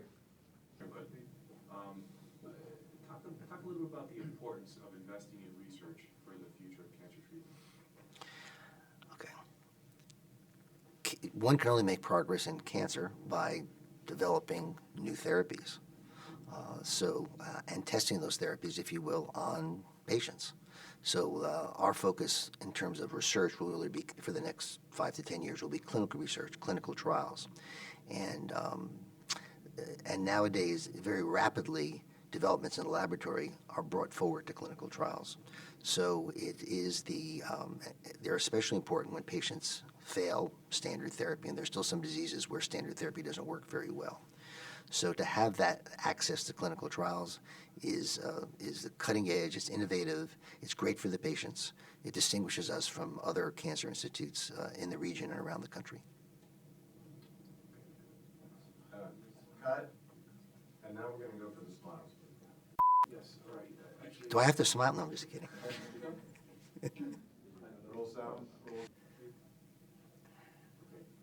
Doctor, talk to me a little bit about palliative care. What is that, and how's the Cancer Institute gonna work on that? Palliative care is a very important aspect of cancer care. It really has two aspects. Number one, palliative care. The palliative care physicians now are specialists. They need to go through a fellowship, and we're planning to recruit a lead palliative care physician and probably a second or third, plus have advanced practice providers like nurse practitioners and physician's assistants work with them. So we're going to have a very deep palliative care team that deals with outpatient cancer patients. And palliative care provides two services. Number one, it helps the treating physician with the patient's symptoms, pain, anxiety, depression, things of that nature. But also, what the palliative care physician has time to do that sometimes the treating oncologist does not, is to sit and have a longer conversation with the patient in a more relaxed environment about the natural history of the disease, about what should be the expectations of treatment. And this allows the patient ultimately to get more involved in decision making. So it's really symptom control, and it's really having the patient understand about the natural history of the disease so they can participate better in decision making, especially at the end of life. Good. Doctor, I think that's great. I think, should we get a camera? Okay, Doctor, what is integrated medicine? Talk a little bit about that. Integrative medicine is medicine. Well, first of all, integrative medicine will be part of our cancer patient support services. Our leader, Dr. Courier of Cancer Patient Support Services, is now actively recruiting an integrative medicine physician. And this is a physician who brings in, if you will, what we call unconventional therapies. Is there a role for, and again, some of these things are not necessarily evidence-based or completely proven, but is there a role for mind-body therapies? Is there a role for a change in diet that would help the cancer patient, if not treat the cancer, then tolerate their treatments better, both psychologically and physically? And, okay, so now we're gonna go for the smiles. Miles? All right. Roll sound, roll camera, please. So, Doctor, this is where I turn into a comedian and just start cracking jokes. Really? Just smile. I don't see it, but let's try it. Let's try it. No, I don't think so. You know, you don't know my sense of humor, so it's hard to know. Yeah, could be tough. All right, just hold that smile for a sec. Okay. I'm thinking about my grandchildren, so I'll smile. Okay. Okay. Great. So, Doctor, just start by introducing yourself and tell me your full name, your specialty, and where you practice. And in this case, it's Miami Cancer I'm Miguel Angel Villalona Calero. I am the Deputy Director and Chief Scientific Officer for the Miami Cancer Institute. I'm sorry, let's hold this side. Hold on 1 second, Doctor. Okay, we're rolling. Okay, Doctor, let's do that one more time. This time say, my name is Doctor. Okay. All right, so my name is Dr. Miguel de Angel Villalona Calero, and I work for the Miami Cancer Institute in the position of Deputy Director and Chief Scientific Officer. Okay, good. Let's do that one more time. Okay. Right, title first, then Miami Cancer. My name is Miguel Angel Villalona Calero. I am a Deputy Director and Chief Scientific Officer for the Miami Cancer Institute. Okay, and Doctor, tell me a little bit about your background. Where are you from? How did you end up in Miami to practice medicine? A long way. So I'm originally from Santo Domingo, Dominican Republic, and I came to New York City in 1986 to do internal medicine. I studied at Universidad Nacional Pedro Enrique Sureña in Santo Domingo. Did internal medicine in New York City, then went for fellowship in medical oncology to the University of Minnesota, also for another fellowship at Roswell Park Cancer Institute. Then did a couple of years payback in Alabama in an underserved area, and then went to San Antonio where I did a fellowship in the development of anti-cancer agents. Spent there 4.5 years, then moved to Ohio State where I was a tenured professor for 16 years. Doing what? So for the last 5 years, I was the division director for medical oncology and developmental therapeutics. The development of new anti-cancer agents have been the specialty I developed when I was in San Antonio, so I continue applying that. I was also a principal investigator for a contract with the National Cancer Institute for the development of new drugs, and I also run a laboratory that focus in translational research, so bringing things from the bench to the patients. And you recently moved to Miami with your family. Tell me about that. What brought you to Miami and who'd you move with? So my wife of 26 years, we met in New York City. She's from the Philippines, and my daughter is 11. So we all moved together. We have been here maybe a month now, August 15th. And what brought me was the opportunity, the building of this tremendous center, Miami Cancer Institute, and the potential for being sort of a beacon of light for South Florida and the Caribbean. So, Doctor, what do you do when you're not practicing medicine? What do you like to do for fun? And I want you to tell me that story about your life. Okay. Are you sure? Are you sure? Well, so I like Latin music. You know, and when you're growing up in the Dominican Republic, you can't date if you don't know how to dance. And my mother was a good dancer, so she taught me. So I'm a pretty good merengue dancer in particular. Over here, you know, I've been here just a month, and you know, I'm watching Marc Anthony, and I watched Juan Luis Guerra and Celia Cruz today. So it's a sort of like being born again regarding those things. And I play tennis. I used to play tennis, and I had an injury. I was in the Dominican Republic visiting in December, and I went roller skating.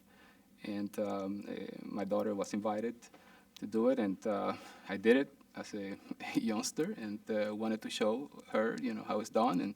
And I felt I had a fracture. I had to fly back. Had 5 screws, you know, put in. So I haven't gotten back to tennis yet, but I'll get there. You early on to pursue medicine? From very early on, when I was probably first grade or even earlier than that, elementary school, kinder, we had a family physician. His last name was Dr. Ariza. And he was a really good role model of what a doctor supposed to be. And my mother used to tell me the stories and how when we had our Civil War in 1965, my brother was sick, and under the bullets, you know, he came to see my brother. So that sort of created in me, that flame that I wanted to be a physician. And when I was in 7th grade, I had a classmate of mine that was diagnosed with a form of bone cancer called osteosarcoma. And even that his family has means, and he traveled to the United States, and he had an amputation of his arm. He died from the disease. And so at that moment, I decided that I was going to study to cure cancer. And I would ask you, what inspired you to go into your specialty, but it sounds like that was what made you motivated. Correct. Never look back. Tell me about a memorable patient that you've had, somebody who you've helped in the past. That you, Yeah, so I mean, if it's okay, I can probably tell you 3 tales, if that's okay. But they're connected. They're connected, in certain ways. So I had a patient who was a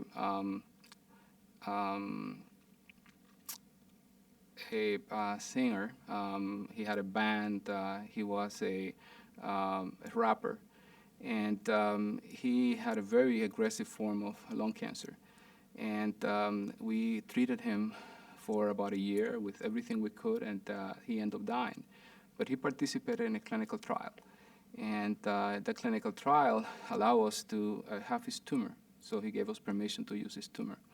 And a few years later, I used his tumor and analyzed it, and he had a mutation in his tumor that if he would have been alive at the time that the discovery had been made, he would have been alive today, because there is drugs that they block that particular mutation. We call it tyrosine kinase inhibitors. And although that was not a success, because we didn't catch it on time, it sort of takes me to one success that I had, and actually it was not a patient of mine, but it was an acquaintance. The father of this girl was a prominent neurosurgeon in the Dominican Republic, and when I used to go to Dominican, and I still go for Christmas and New Year, and he came to talk to me about his daughter, who had been diagnosed with a form of leukemia called chronic myelogenous leukemia. And at that time, the only possibility for some cure, or perhaps, was a bone marrow transplant. And he was afraid.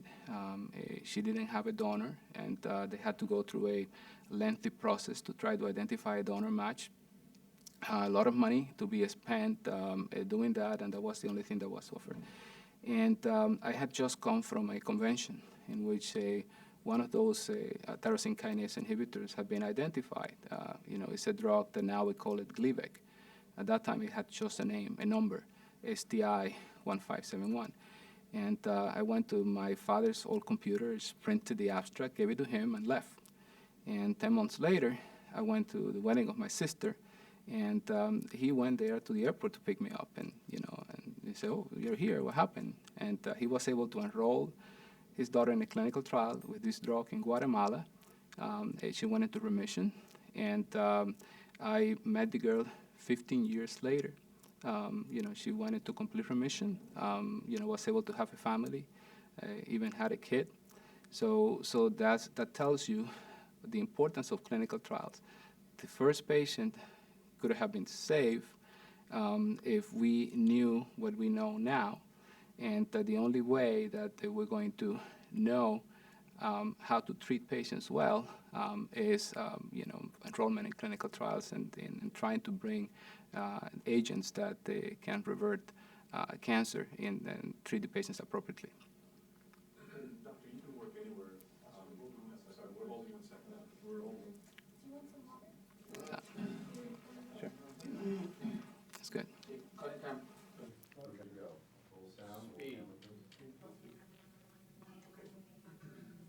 So, doctor, you can work anywhere with your background, and I'm sure you've been lured to many places. Why choose Miami Cancer Institute and Baptist for the next step of your career, next stage? I really think, and I am completely sold on the idea that this could be a beacon of light for the whole, not only Florida, but the whole Caribbean and Latin America. The investment that had been made is to have genomics available to every patient that comes in, and the commitment is to bring any drug that will match those genomic abnormalities to treat the patients over here and to bring them early. So we're fighting a battle. We're in the trenches, and many patients cannot wait. So it's not an option to wait years until something gets approved and makes it to the market and somebody can prescribe it. We need to be innovators. We need to bring new things. And the commitment of the Baptist Health System with the creation of the Miami Cancer Institute is to become the innovators in South Florida and to bring those things to patients. What will be your role there? I'll be heading the research, and we are working in affiliations with potent, strong cancer centers. That way we can have access to what I mentioned. And we have to build a very strong clinical trials infrastructure. So again, there will be a seamless interface between the creation of those drugs and the treatment of patients. We have a very strong core of excellent physicians, and what we're going to be providing those doctors will be with the tools, the best tools to fight the cancer.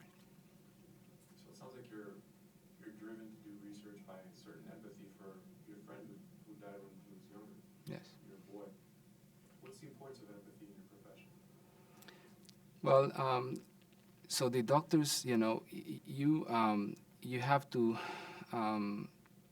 look at yourself and look at your patient, and you have to try to put yourself in the patient's shoes, and not only the patient's shoes, but in the families. Families and patients, they are together on this battle. When somebody gets diagnosed with cancer, there is nothing more devastating than to hear that. And so you have to think in what are the implications in the life of that patient. So if you have no empathy, that doesn't cross your mind. What does the patient do? How is it going to affect his life? What are the milestones, the goals that you want to accomplish? It may be just a graduation of high school of a daughter. It may be a wedding that he needs to attend. And you said those things, and having empathy is important. However, you have to always try to make the best decision for the patient, which is something that the family cannot do. You have to try to use your skills as much as you can, your knowledge, being out, learning what is in there to be able to give it to the patients. So consider the two things, making the right decisions, and at the same time have empathy for the life of the patient. Where do you think we're heading with cancer research? What do you see 10 years down the road at the Miami Cancer Institute? Well, it's important that it's always said that the best cancer is the one that you don't have. Okay, so prevention is something that is so important that everybody had to have in mind. There are certain screenings that had to be done. Women, having their pap smears. There are certain vaccines that can avoid certain cancers. Not smoking, having colonoscopies. So those things are common sense that you can either prevent cancer or detect cancer early. And any cancer that is found early can be cured. The problems are the cancers that appear late, advanced, and those are the ones that we have to fight, and at the same time to give a life to the patients while we're fighting them. And the process and what is becoming, and I think what's going to happen in 10 years from now, is the cancer may become a chronic disease that you will live with, like diabetes, like hypertension. And even if you don't cure it completely, you can prolong life, and at the same time you can have quality of life, as you go. And this is what the revolution in technology, connecting with the physicians and the care of the patients, is bringing already. Is that what palliative care is? Palliative care, one of the most important things when a patient comes to you and asks, doctor, can you help me? Okay, you always can help.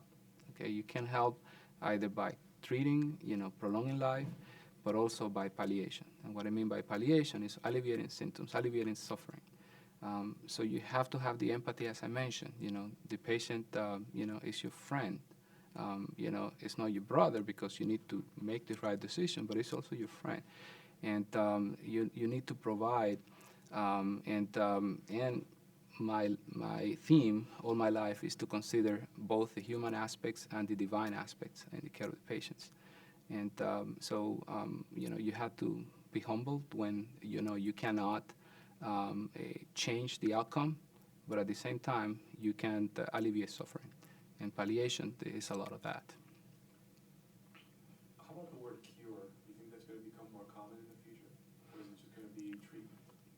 Well, so if you take, for example, breast cancer, if you take, for example, acute lymphocytic leukemia in kids, so most of those are cured. Okay, so and the key for breast cancer has been to discover it early. So most of the breast cancers that appear in the United States appear in early stages, and we can cure most of them.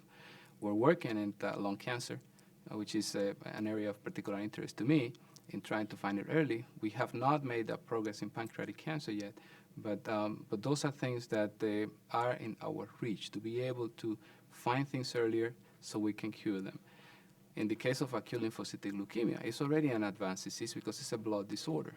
But having supportive care available, having platelet transfusions, blood transfusions, things that can help while you kill those bad cells, have led that 90% of kids nowadays are cured, that have this. So cure, is already here, for certain cancers.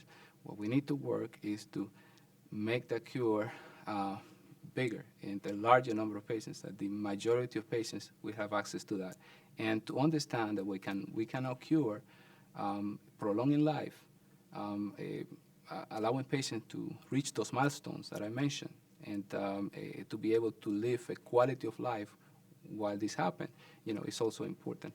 And we are there, and we're going to get more and more of those. Are you generally an optimist or a pessimist about cancer research and the future of cancer treatment? I've always have been an optimist. You don't embark in a career like this and fight a foe like this, unless you're an optimist. And a lot of things are happening. It's beyond imagination. When I decided that I was going to come to the United States in 1986, where things were at that time, and what technology and passionate individuals that are making breakthroughs, have been able to accomplish. So 10 years from now, the landscape should be completely different. And I'm very optimistic into what's going to happen. So I think that's okay. So are we still rolling? No. What are we doing? Still rolling. That's good.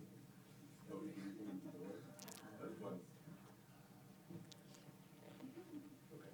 So, Doctor, can you talk a little bit about the partnership with Memorial Sloan Kettering and how that benefits Miami Cancer Institute?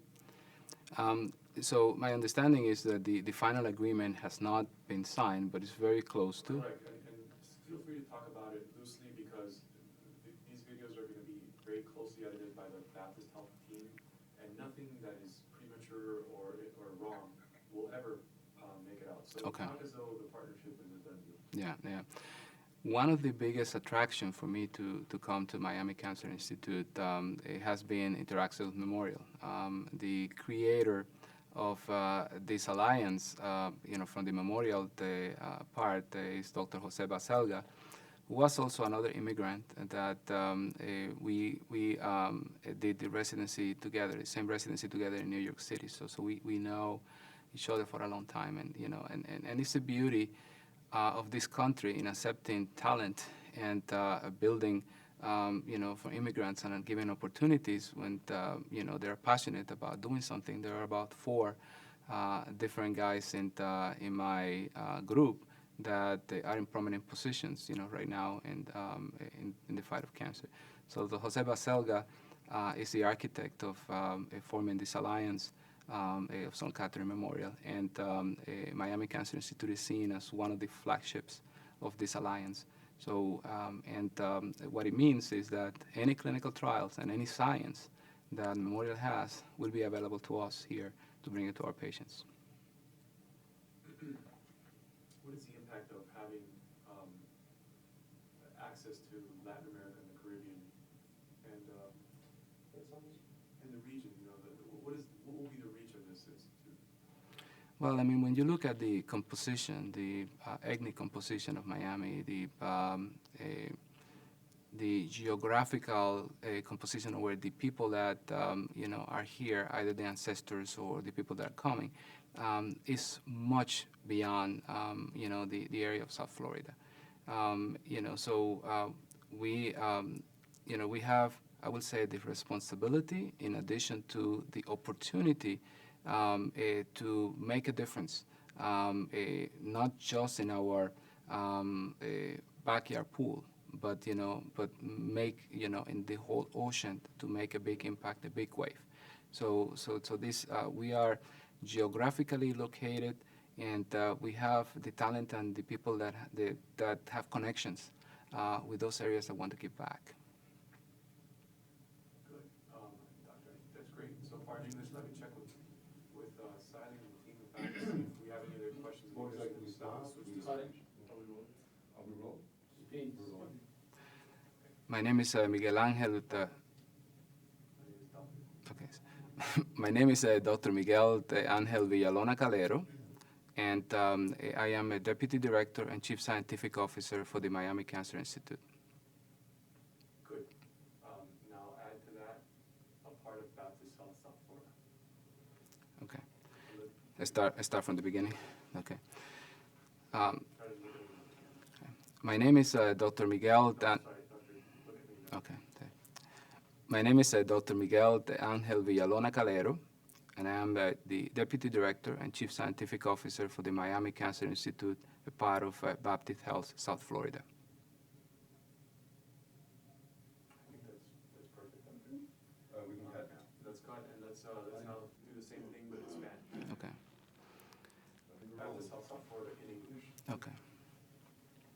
You tell me when. Doctor, preséntese. Mi nombre es Miguel Ángel, Dr. Miguel Ángel Villalona Calero. Soy el... Comienza otra vez. Okay. Sorry. Me dice cuándo. Aquí. Preséntese. Mi nombre es Dr. Miguel Ángel Villalona Calero. Yo soy el Deputy Director y el jefe de investigación del Miami Cancer Institute. Es parte de Baptist Health South Florida. Y doctor, cuéntame, ¿de dónde vienes y cómo llegaste a ser médico aquí en Miami? Yo soy originario de Santo Domingo, República Dominicana, y vine a los Estados Unidos en 1986, cuando tenía 25 años. Yo había estudiado en la Escuela de Medicina en la República Dominicana y vine a Nueva York, Brooklyn, como mi primer entrenamiento de residencia. De ahí me fui a Minnesota, 1 año, 2 años a Buffalo, Roswell Park Cancer Institute. Bajé luego a Alabama, 2 años atendiendo un área que faltaban médicos, o sea, un área como de payback.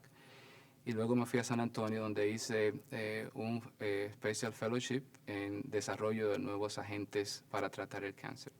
Me quedé ahí por 4 años y fui reclutado a Ohio State University, donde subí los rangos hasta ser profesor titular de la universidad y estuve un total ahí de 16 años. ¿Qué te trajo a Miami? La construcción de este centro. Sí, la construcción de este centro. El Miami Cancer Institute tiene la posibilidad, y yo creo completamente en eso, de ser una luz para no solamente Miami y Florida del Sur, pero también para todo el Caribe y Latinoamérica. La inversión que se ha hecho aquí es significativa para innovar y traer todos los adelantos científicos que son disponibles para el cuidado de los pacientes con cáncer. Doctor, cuéntame de tu familia. Bueno, mi papá era inspector era inspector de aduana, está retirado, tiene 94 años, vive en Santo Domingo. Yo tengo 2 hermanos. Un hermano es ingeniero, vive en Santo Domingo, tiene 6 hijos. Y mi hermana vive en Nueva York, es maestra como mi mamá. Mi mamá murió hace un par de años y ha sido mi role model de siempre, la persona que más ha afectado mi vida desde muy pequeño. Me casé cuando vine a Brooklyn, conocí a una enfermera filipina y somos de los lados opuestos del mundo.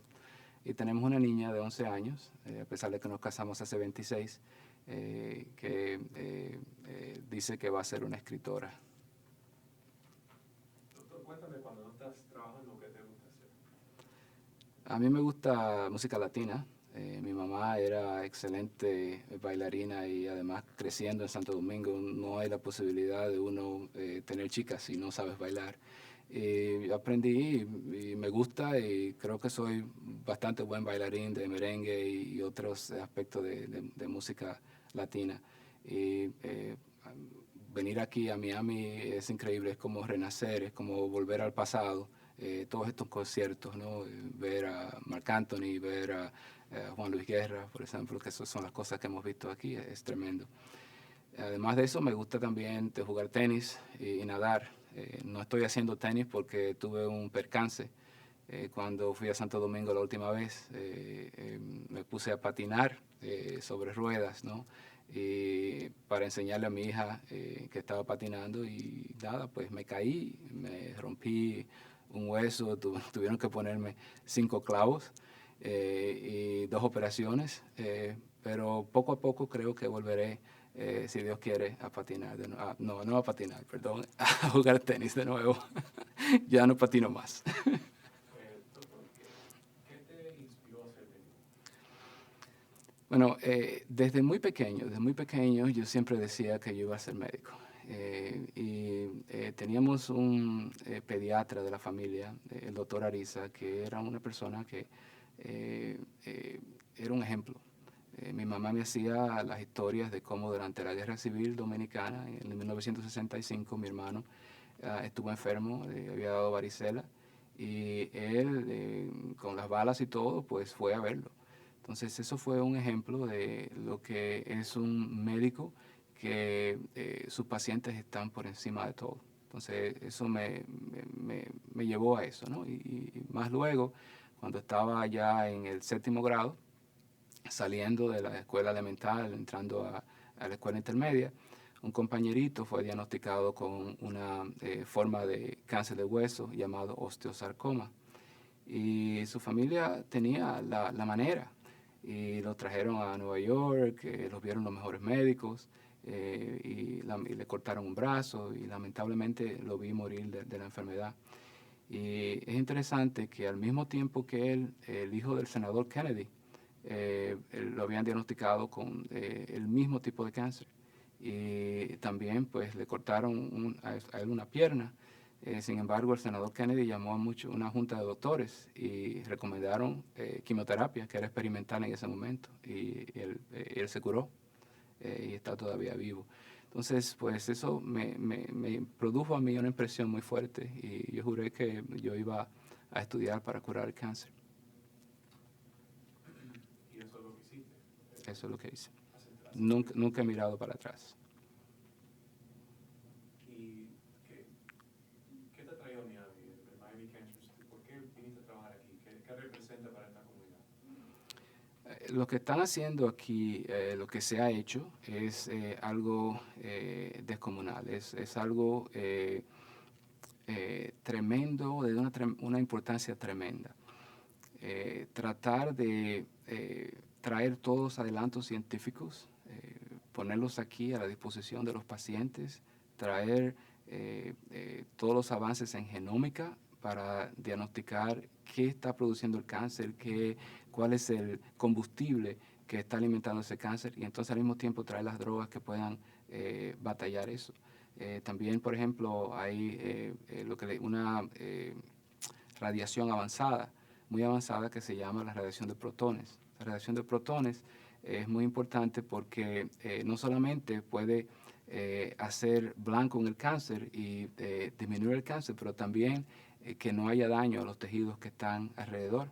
Entonces, si tú quieres preservar tu potencia, por ejemplo, una gente que tiene cáncer de próstata, tú quieres preservar tú eres un niño que tiene un tumor cerebral, etcétera, y quieres preservar el tejido de neuronas y cosas así, pues eso es una innovación, es un adelanto. Muy pocos sitios tienen eso. Entonces, eso te habla de la inversión que se ha hecho aquí. Este instituto no es un instituto por profit. Es un instituto que se invierte lo que produce de nuevo. Y esto te da una señal tremenda. Y mi interacción con los líderes aquí fue tremendamente positiva y afuera también piensan mucho de lo que están haciendo. Es una cosa que va a ser transformadora. ¿Cuál es la importancia de la investigación en el cáncer? ¿Y cuál va a ser la importancia de la investigación al Cancer Institute? Bueno, todo instituto de cáncer tiene que tener investigación. Si no, lo que vas a ofrecer es terapia convencional, que todavía no ha llegado, lamentablemente, en cáncer no tiene que estar. Yo estoy muy optimista en lo que la investigación está trayendo. Y trabajar de mano en mano, yo soy médico, y también soy investigador, y me siento orgulloso de poder conectar con la ciencia y conectar con los médicos al mismo tiempo. Entonces, tener un instituto en el que haya especialistas que se concentren en tipos particulares de cáncer y al mismo tiempo tener la ciencia mano a mano y tener los adelantos disponibles para los pacientes, eso es lo que nos va a llevar a nosotros a la cura. ¿Tienes alguna anécdota de algún paciente que te afectó y te recuerdas? Sí, uno siempre piensa retrospectivamente, uno trata a un paciente, uno trata de hacer lo mejor que puede y muchas veces esos pacientes no sobreviven. En otros casos, pues tú tienes éxitos y te enorgulleces del éxito que tú has tenido. Yo tuve un paciente, era un rapero y un muchacho joven, diagnosticado con cáncer de pulmón. Él en realidad no fumaba y le dimos tratamiento por un año, vivió por un año y la enfermedad muy cruel, muy rápida y murió. Pero él participó en un estudio clínico que teníamos y nos dio tejido de su tumor, nos dio permiso para nosotros analizarlo. Y un par de años luego, cuando hubo un descubrimiento muy importante de una mutación, es una translocación que produce cierto tipo de cáncer, yo pude hacer el análisis y noté que él tenía eso. Entonces, mirando hacia atrás, si hubiéramos sabido eso un par de años antes, el paciente no había muerto. Y eso pues te dice la importancia de acelerar la investigación. Y un caso que es muy conectado y cómo un adelanto científico puede afectar los resultados en un paciente, aun cuando no hay una medicina aprobada, es el caso de una paciente en Santo Domingo con una enfermedad llamada leucemia mielógena crónica. Ella era la hija de un médico prominente en República Dominicana que me fue a ver y me preguntó, mi hija tiene esto. Y ahora mismo le dicen que es como una bomba de tiempo y que en cualquier momento muere y que lo único que podemos hacer es un trasplante de médula ósea. Una niña que no tenía donante y hay un 20% de chance de morirse durante el trasplante de médula ósea o morirte luego con complicaciones y hay un chance de que la enfermedad te vuelva. Entonces, yo había venido a un congreso y le dije, bueno, hay una nueva droga que en ese momento tenía solamente números, es STI 1571. Le digo yo, esta droga está produciendo remisiones cromosómicas. En esta enfermedad lo que pasa es que son dos cromosomas que se casan, que no deben casarse, y entonces producen una sustancia que te lleva a que las células proliferen y que tengas el cáncer y te mueras de eso, ¿no? Entonces esta medicina pues bloquea eso. Entonces yo fui a la computadora vieja de mi papá, hice una impresión de eso y le di el papel, el abstracto y me fui. Y 10 meses más tarde vine a la boda de mi hermana y él fue al aeropuerto a recibirme con mi hermano. Y digo, ¿qué haces aquí? Y dice, bueno, quería contarte la historia de mi hija yo conseguí enrolarla en un estudio clínico con esa droga que tú hablaste en Guatemala, y la niña se fue en remisión completa y hizo una vida normal. Yo la conocí a la niña 15 años después, ya con hijos y de todo eso. O sea que eso fue exitoso. Y las dos cosas están conectadas, porque ella tuvo acceso a un adelanto muy rápidamente cuando ella lo necesitaba, el otro paciente no. ¿Cuál es tu filosofía de cuidado? Yo aprendí, yo tenía también otro,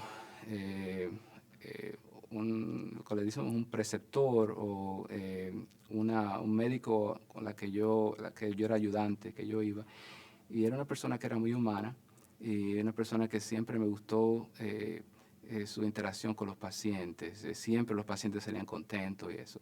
Y ella tenía una frase en su escritorio que decía: nunca olvides el concepto humano y divino en el cuidado de tus pacientes. Y eso siempre ha sido un lema para mí. O sea, yo creo en Dios y yo también creo en ciencia. Y las dos cosas ayudan, la fe y la ciencia ayudan.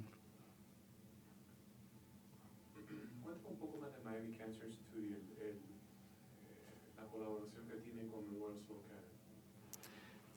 Kettering. El Sloan Kettering Memorial está considerado hoy por hoy por US News como el número 1 centro de cáncer en los Estados Unidos. Y esto es por la ciencia que tienen y porque pueden lograr que los pacientes tengan acceso a esa ciencia rápidamente. Nosotros vamos a ser somos parte de una alianza con ellos, y es un reducido grupo de hospitales que tienen esa alianza. Y esa alianza fue realizada, el arquitecto de esa alianza fue el doctor José Baselga, con el que yo hice residencia juntos en Nueva York cuando yo primeramente vine. Esto te da un ejemplo de lo que los inmigrantes con talento y con oportunidad pueden hacer en los Estados Unidos. Y la alianza lo que significa es que todos los adelantos que ellos tienen, todas las drogas, todos los estudios clínicos que tienen van a estar disponibles a nuestros pacientes aquí. ¿Y qué representa el Miami Cancer Institute para esta comunidad? Yo creo que una poderosa fuerza, una fuerza transformadora. Dime eso otra vez, pero dime, creo que el Miami Cancer Institute representa. Yo creo que el Miami Cancer Institute representa una fuerza transformadora. La innovación, ¿cómo te voy a decir? El commitment a esa innovación que hay es tremendo. Todos los adelantos van a estar aquí, y cáncer es algo que todas las familias son afectadas. Si podemos lograr disminuir el número de cáncer, prolongar la vida de los pacientes con cáncer, curar ciertos cánceres, eso va a ser transformador para la sociedad de Miami, y no solamente para la sociedad de Miami, pero todavía más allá, porque Miami es la capital de Latinoamérica. O sea que podemos extender eso mucho más allá de nuestra piscina en el patio a todo el océano.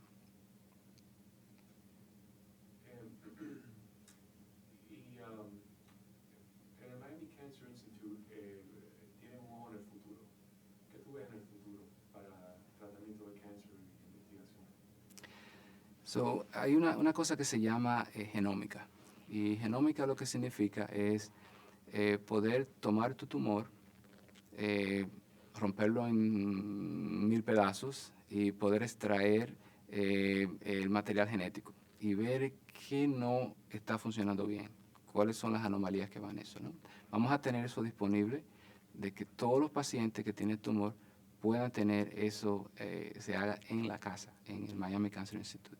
Entonces, el siguiente paso es, tan pronto tú sabes qué lleva ese cáncer, con qué medicinas puede tratar eso, ¿no? Entonces, lo que vamos a tratar de hacer es tener aquí también disponible esas drogas con las que puedas tratar. Hay muchos avances que se han hecho. Yo estoy extremadamente optimista con el futuro, porque no solamente con la genómica, pero también con la inmunología, también con avances en la terapia de radiación como el protón, etc. Esos se van a traducir, esos avances se van a traducir en muchas ventajas y muchos beneficios para los pacientes. I think that was great, doctor. Let's see if we have any other questions in Spanish. Looks like we covered a lot of ground. Speak, please. Mi nombre es Miguel Ángel Villalona Calero. Otra vez, cuando fue el doctor, ¿no? Ok. Let me see. Mi nombre es doctor Miguel Ángel Villalona Calero. Yo soy el codirector del Miami Cancer Institute y jefe de... no. Tú pusiste jefe de investigación, principal oficial. Principal oficial. Exactamente, sí. Principal oficial científico, ok. Mi nombre es doctor Miguel Ángel Villalona Calero. Yo soy el oficial principal científico y codirector del Miami Cancer Institute. Ok. Están conspirando. Exactamente, sí. Mi nombre es doctor Miguel Ángel Villalona Calero. Yo soy el jefe, otra vez, principal oficial. Okay. Mi nombre es doctor Miguel Ángel Villalona Calero. Yo soy el oficial principal científico y codirector del Miami Cancer Institute, que es parte del Baptist Health de Florida del Sur.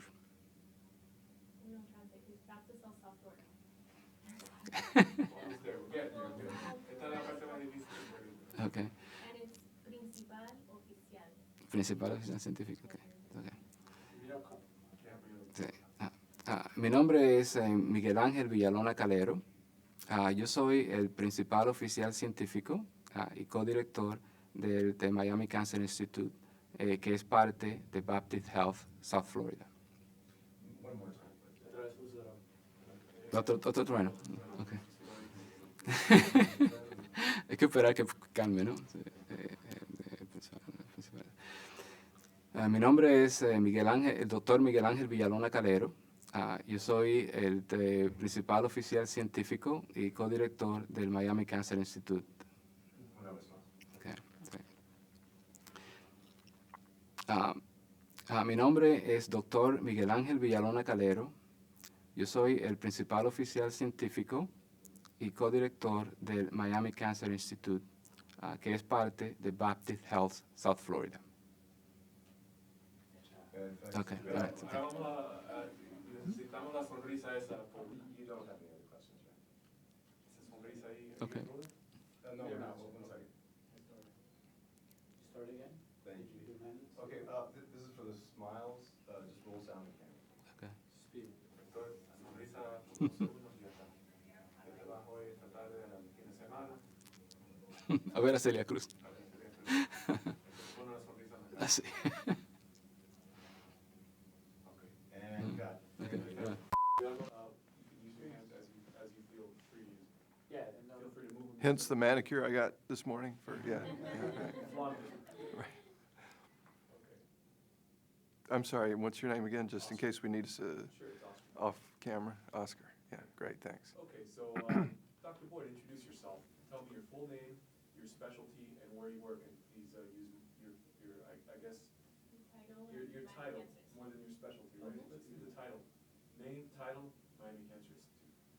Yes, my name is Jeff Boyd. I'm the director of the Center for Genomic Medicine at the Miami Cancer Institute, and I'm also the director of the Translational Research Program at MCI. Okay, how does that sound? Let's do it again. Can you say doctor and then your name? Sure, I'm just, Both yeah. your titles together and then with the Miami Cancer Institute. Yes, I can roll that into one, yes. Anytime. I'm Dr. Jeff Boyd, and I'm director of the Translational Research Program as well as the Center for Genomic Medicine at the Miami Cancer Institute. So, Dr. Boyd, tell me a little bit about yourself. Where are you from originally, and what brought you down to Miami to pursue your research? Well, I was born and reared in Durham, North Carolina. You might detect a little residual southern accent. I stayed there for 38 years before I moved on and have been involved in the study of cancer genetics literally since I was 18 years old as a work-study student at Duke. I've worked since then at the National Institutes of Health, University of Pennsylvania in Philadelphia, New York City, Philadelphia again, Savannah, Georgia, and now Miami. I am a Southerner by birth, and I love the South. I love palm trees, I love water, I love heat, and I think those are sort of the quality of life issues that would draw almost anyone to Miami, but I think more importantly, I think the Miami Cancer Institute that's literally evolving as we speak here at Baptist Health represents an extraordinary opportunity. I like to build things. I've been in this, as I said, since I was 18 years old. I won't tell you how old I am now, but it's been a while, and I've learned that I like to build new things. I love challenges, and the Miami Cancer Institute and the Center for Genomic Medicine are all of those things. A great quality of life in an area of the country that I think really this type of technology and programmatic initiative doesn't really exist. And so it's an opportunity to literally, with the MCI coming up, to build something from the ground up. That's an extraordinary challenge, but for me that means it's an extraordinary opportunity. And that's in essence how I ended up in Miami, Florida. Mm-hmm. Mhm. So, for future reference, it's the Institute of Miami Cancer. Okay. So tell me a little bit about yourself personally. What do you like to do when you're not practicing medicine? Well, I'm always working. No, let's start over. That was the joke that didn't have a punchline. When I'm not at the Miami Cancer Institute, I also have an appointment at the Wertheim College of Medicine. I botched his name. We can't do that. When I'm not at the Miami Cancer Institute, I have an appointment at the Herbert Wertheim College of Medicine at the Florida International University, where I am professor and chair of the Department of Genetics. So that's a very exciting opportunity for me to, on a number of levels. One is to teach genetics to medical trainees in the region, and another is to catalyze perhaps a stronger relationship between the College of Medicine at FIU and the Baptist Health System, which I think would be very synergistic. Baptist not having an academic institution on its campus, and FIU not having a medical institution on its campus. This is an extraordinary opportunity for a geneticist with an interest in clinical aspects of genetics and now genomics, as we refer to it. When I'm not doing either of those things, I've been an athlete all my life, an endurance athlete. I love to run. I am a former professional triathlete, and I love to be on the water. So until I get a boat, I am very happy to meet individuals who have a boat and invite me out. So those are some of my fun things outside of work. And tell me a little bit about your family. I have a beautiful wife and a 14-year-old daughter who are at our home currently in Savannah. Perhaps moving soon. It was a little too soon to relocate just based on timing. I started here in July. But they are, needless to say, my life outside of work, and although it's challenging to get back to Savannah, which doesn't seem that far away from Miami, it is quite a trek. So, but they're actually coming down tonight to stay with me in my modest apartment next to Baptist Hospital. So we can always make it work. Great family. Hold one second. Hold 1 second. So you're right next to Baptist Yeah, and the interesting thing, it was just, had no idea where this address was. And I drove by the, well, that's an interesting looking new building. What the hell is that? And it's the Miami Cancer Institute. And then there's my apartment next to it. I've already, yeah, that's a whole nother story. Had my first wreck the other day, 2 months after being here. Smashed in my truck, yeah. I've learned. Here we go, roll sound, roll camera. Okay, so, doctor, tell me a little bit about your interest in research, particularly genomic research, when you were young. How did you decide to get into this? What inspired you? That's a great question. I was, at the time, as I indicated earlier, I was 18. I needed to support myself at the university and was looking for work, and at one point was weighing being a lifeguard or going to work as an intern in a research lab in the area. And fortunately, I chose the research lab route out of interest, and quite quickly became attracted to the field of cancer research, because it struck me, even at a relatively young age, that this was an extraordinarily complex biological problem. And so if you were going into science or medicine, which I had more or less decided that I was, then it seemed that cancer would be a very challenging and perhaps rewarding area to pursue.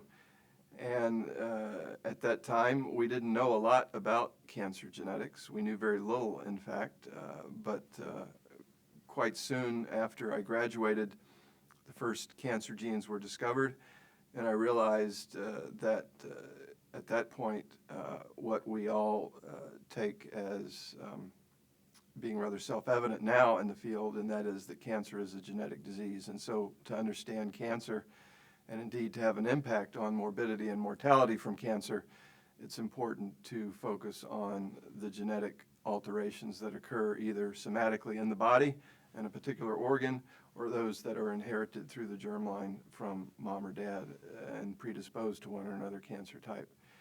And so I've gravitated toward cancer genetics for those reasons, cancer being an extraordinarily deep biological problem, and genetics, at least in my mind, being at the heart of solving the cancer problem in my lifetime. And I believe that's a realistic goal. And where was I going with that? Well, let me ask you. No, wait. Sorry, guys. No, we're still rolling. Yeah, that's fine. No, I had it teed up about cancer genetics, and so having decided that I was going to pursue cancer genetics, I had to gravitate toward one or another flavor. It's impossible to cover the entire landscape of cancer. Cancer genetics is a very complex area, as you might imagine, and so I, for several reasons, some of them serendipitous, landed in a training laboratory that was focused on women's cancers. And so for the past 30 or so years, I've been involved in research related to gynecologic and breast cancer as my primary research focus and interest.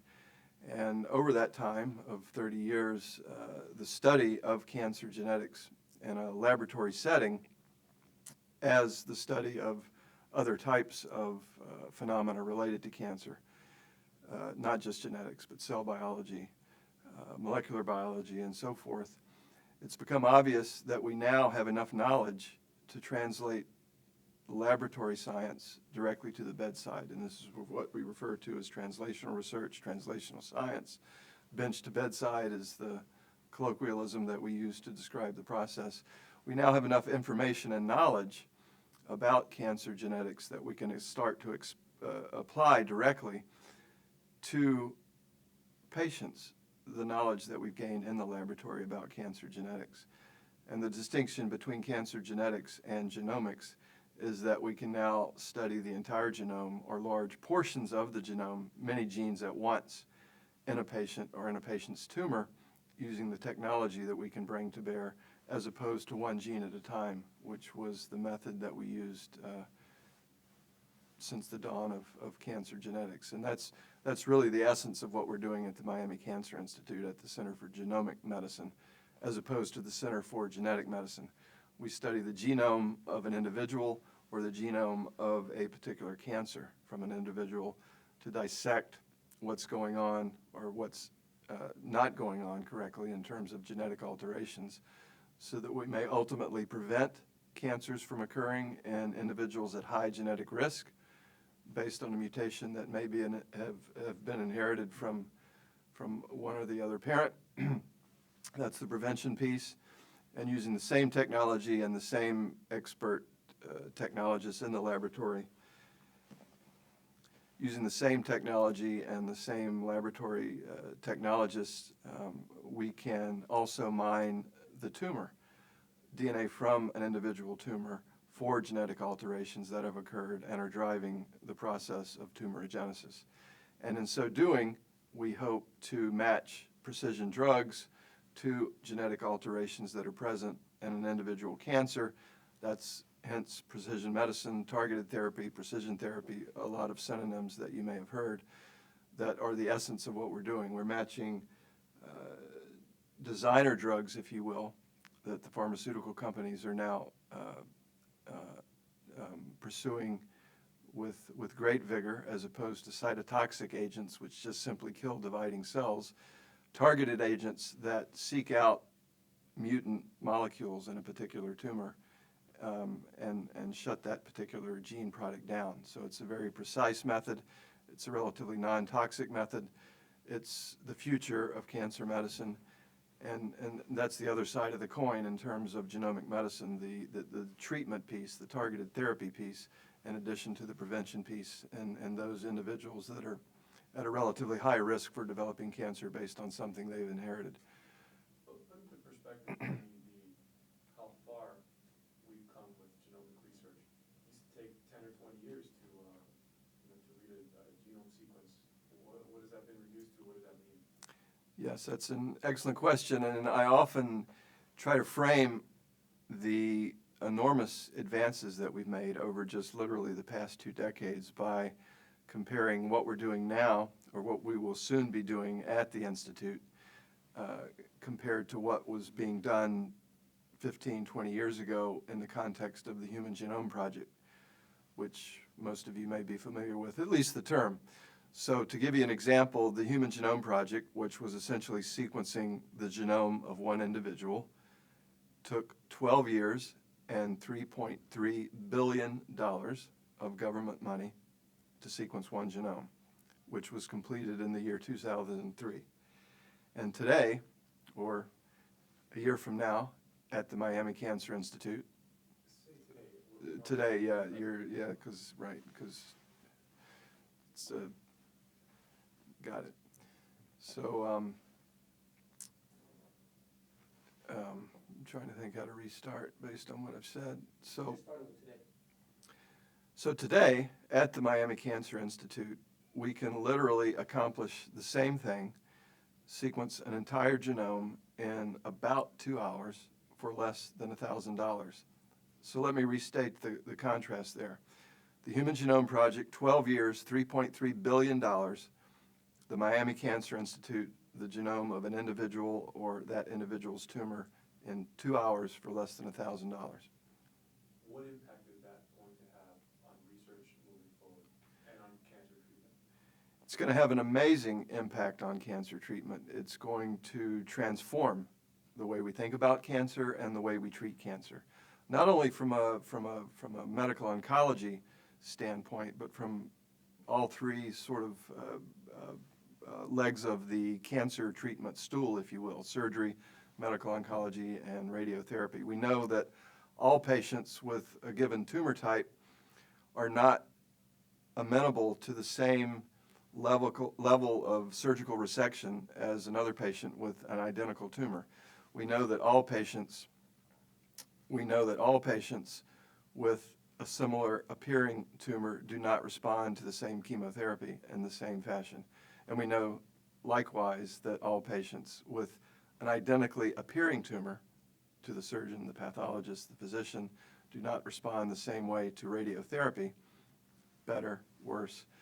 And this is, in essence, because of the genetic architecture of an individual tumor. So not only are all tumors dissimilar in terms of the genetic alterations that drive the process of a normal cell becoming a tumor cell, but any two tumors of the same type, for example, 2 ovarian cancers, 2 lung cancers, 2 colorectal cancers, are different between 2 cancer patients based, again, on the genomic architecture of that particular tumor.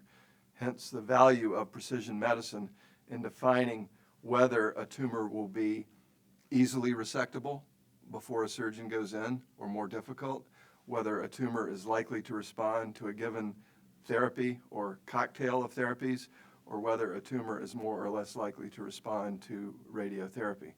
And so genomic medicine in a cancer context really applies to all of the modalities that we bring to bear typically in treating one or another cancer type. So it's not an overstatement. I'm obviously biased. I'm a cancer geneticist, but I do not believe it's an overstatement to say that the future of cancer care really does revolve around genomic medicine. So what sets the Miami Cancer Institute apart from other cancer centers? Please. Oh, we're holding 1 second.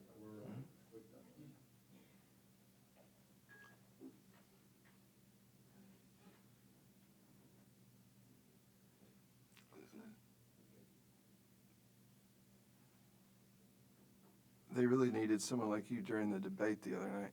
I mean, those guys were just sweating like pigs, weren't they? It was sad. I mean, they were 30 seconds into the thing, and sweat was just rolling off everybody. Sorry, go ahead. I have to relax at some point. Guys, we still rolling? Yeah, so,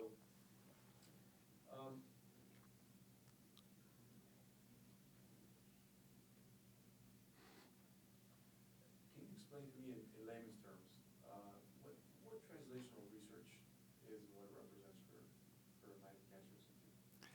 Translational research, in essence, is translating findings from what would typically be referred to as a basic research laboratory. So folks with white coats and pipettes and petri dishes, the things that go on in a typical research lab, translating knowledge gained from that process to improvement of patient care. And in this case, of course, we're talking about cancer. That's the translation. Bench, laboratory bench to bedside. That's translational research. And at the Miami Cancer Institute, what we mean by translational research is a very specific type of translational research, and that is genomic, genetic translational research. So in other words, research and development laboratory programs that will feed the clinical genomic medicine program that I've spoken of. And so it's a very narrowly focused type of translational research. We won't have basic research laboratories per se in the Miami Cancer Institute that you might see at a large university or academic medical center, but we'll have a very tightly focused group of the best and the brightest physicians and scientists that we can recruit, and we will, and we are recruiting them to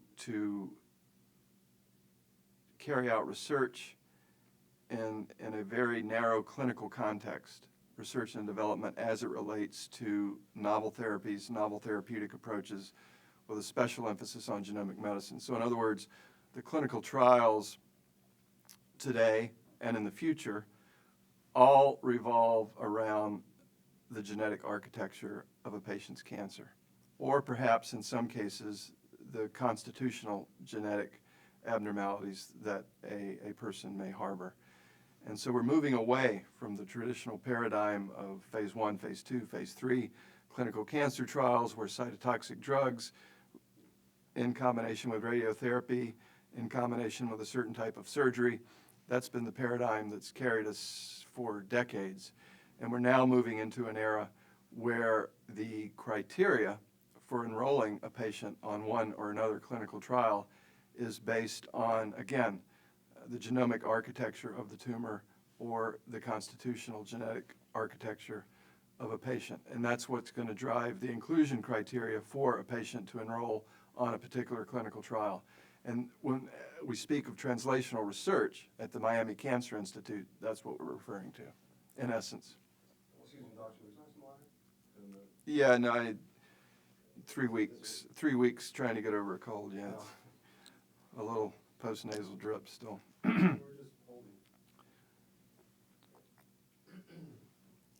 I'm not contagious anymore, by the way.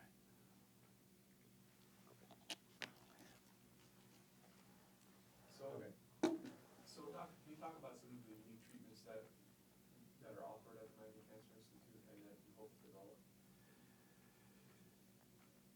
Yes. So the first step in determining the treatment algorithm for a cancer patient, whether it's surgery, chemotherapy, radiation therapy, some combination of those three, the algorithm will involve, from the outset, an analysis of the genetic architecture of a patient's tumor and the genetic architecture of the patient, him or herself. And so that genetic knowledge will guide the treatment plan. A good example of how that manifests in practice is that a typical high-end cancer center with a high quality of care and outstanding physicians like the Miami Cancer Institute typically has what are referred to as cancer service lines. So these are content experts, pathologists, radiation therapists, surgeons, and so forth that are focused on a specific disease site. For example, gynecologic, GI, breast, neurologic, and so forth.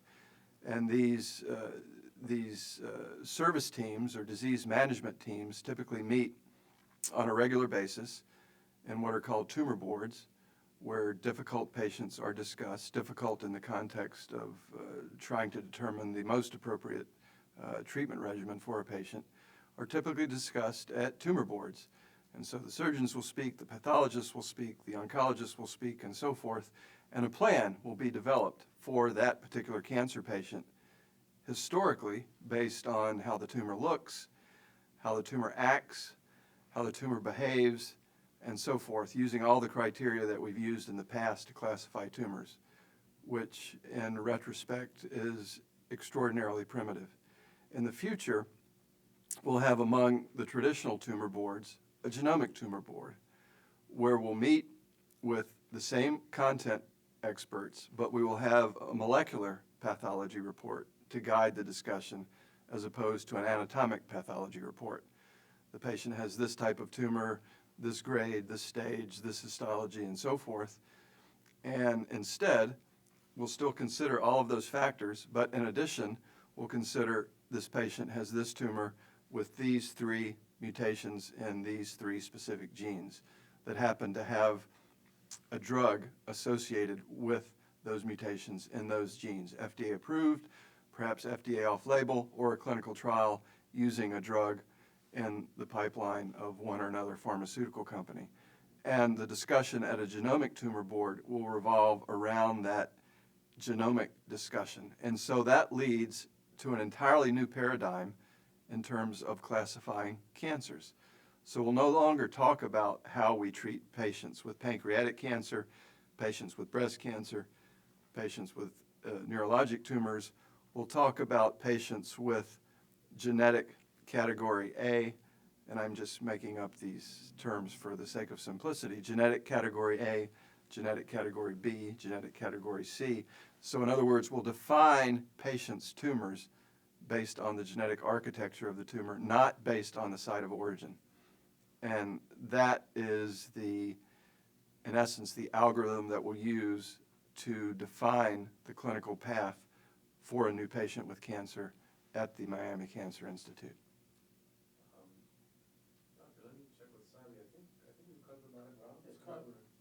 I think we're, speed roll sound.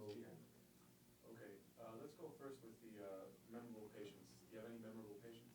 Yes, absolutely. So even though the director of a molecular diagnostics laboratory or a Center for Genomic Medicine does not physically lay hands on patients, as would a surgeon or an oncologist, for example, we do very much impact the care of patients in a very direct manner. And over the years, I've had encounters too numerous to mention where we've had enormous successes. They're not as frequent, of course, as we would like them to be, but a number of patients come to mind. And you get to know some of these individuals as you actually meet them, talk to them about the specific genetic alterations that they may have inherited or have acquired in a particular tumor type and why their treatment is the way it is. And I remember in the mid-90s when the BRCA1 gene was discovered. It was actually 1994. And I was actually working with one of the teams that was attempting to find and clone the BRCA1 gene. And the gene was cloned, it was discovered, it was sequenced, and it was then possible to test patients with the breast and ovarian cancer syndrome for mutations in BRCA1. Shortly thereafter, in 1995, the BRCA2 gene was discovered, sequenced, cloned, and we now had two genes responsible for the same clinical syndrome, the breast and ovarian cancer syndrome, that we could bring to bear in preventing breast and ovarian cancers in patients harboring mutations. So the story that I still take great satisfaction from thinking about is a patient that we sequenced in 1994 for BRCA1. She was a breast and ovarian cancer patient. And when BRCA2 was discovered, we had a set of tissues in the laboratory that we were sequencing for mutations. We sequenced the same ovarian and breast cancers that we had sequenced for BRCA1 mutations for BRCA2 mutations. And it turns out that her sister, who was negative for the BRCA1 mutation and was told, okay, you're fine. Your sister has this BRCA1 mutation. You don't. Go forward and live a long, healthy, happy life, was found to have a BRCA2 mutation 1 year later, just because we happened to sequence the tumor twice for BRCA1 and BRCA2. She chose to have prophylactic surgery, that is removal of her normal fallopian tubes and ovaries and her breasts in order to prevent both cancers. And at the time of surgery, she was found to have a stage 1 ovarian cancer and a stage 1 breast cancer. And had we not serendipitously sequenced the same tumors twice for both BRCA1 and BRCA2, we had never learned that this woman had a mutation in BRCA2, and one could argue that we saved her life. She's still alive, she had kids, and she's doing quite well, and that makes me very happy.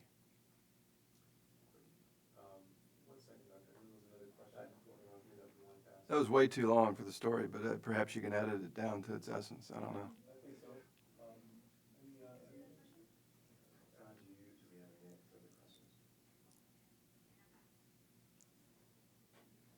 No mas. Let's see.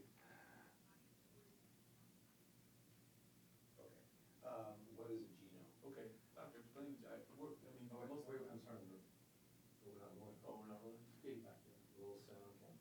So Doctor, for the lay people out there who are gonna watch this video, explain what the genome is.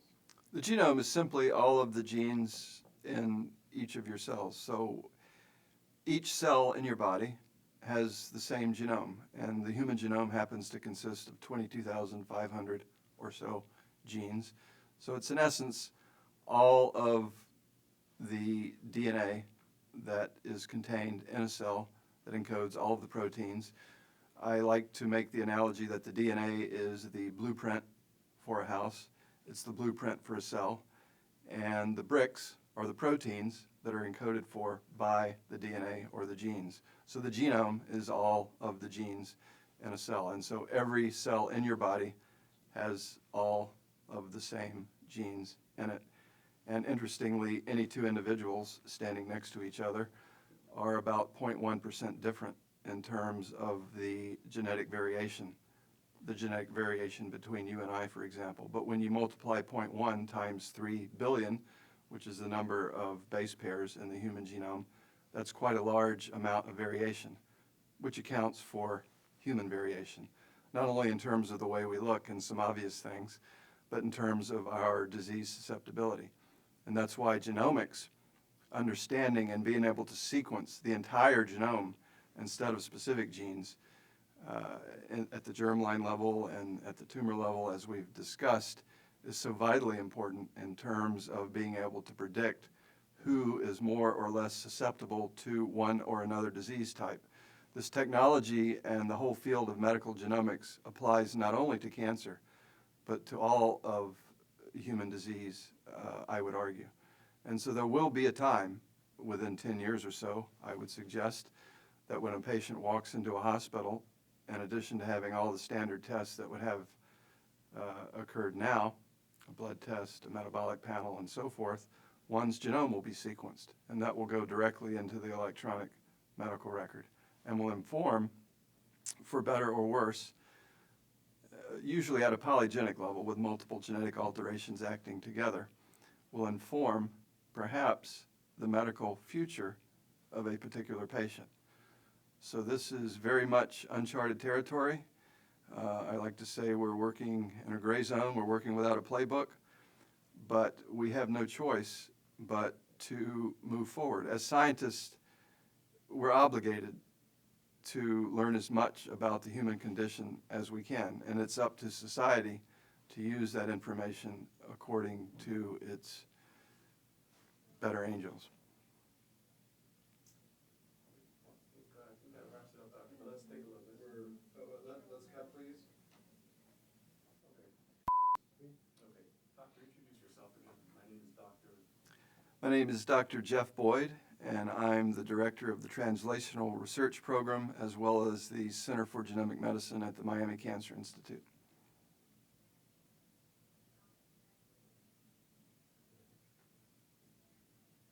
I feel like I'm slurring. I feel like I'm drunk or something. I don't know. No, it's just you've been talking to me quiet. Good point. No, I shouldn't have had to stop on the way. The question is, are there any other types of cancer that we're using a genome to treat? Okay, good question. You mentioned ovarian and breast. Are there other types of cancer that we're using the genome to treat? Certainly ovarian and breast cancer, and to a lesser extent colorectal cancer syndromes, are among the best known for a lot of reasons, including the fact that some celebrities have come out, for example, and said that I have this mutation in that gene and I'm taking these measures to reduce my risk of cancer. But I think it's fair to say that this technology applies to essentially all cancers, both solid and hematologic. And generally speaking, and this is a very rough estimate, but about 10% of all cancers are associated with genetic predisposition to cancer. And so in other words, germline inheritance of one or another mutant gene. And the rest, the other 90%, we refer to as sporadic, and that's where the analysis of the tumor comes in, the genetic analysis of the tumor, as opposed to the germline in terms of susceptibility. So we've got, again, the prevention piece for the 10% who are at high risk for developing a cancer but are currently well, and then the other 90% who have developed a cancer. And in that case, we examine the tumor itself for more effective treatment modalities. And again, this paradigm, this algorithm for the genomic analysis of people and their tumors applies to essentially all cancers. And we're still rolling. And one more question, which is, talk about the partnership with Memorial Sloan Kettering. I know it's not finished yet, and we won't use this until it is, but we will have that. Yeah, I was just going to say, because technically it's not done, and so, but you know that, and so you're not going to use it unless, yeah, all right, so.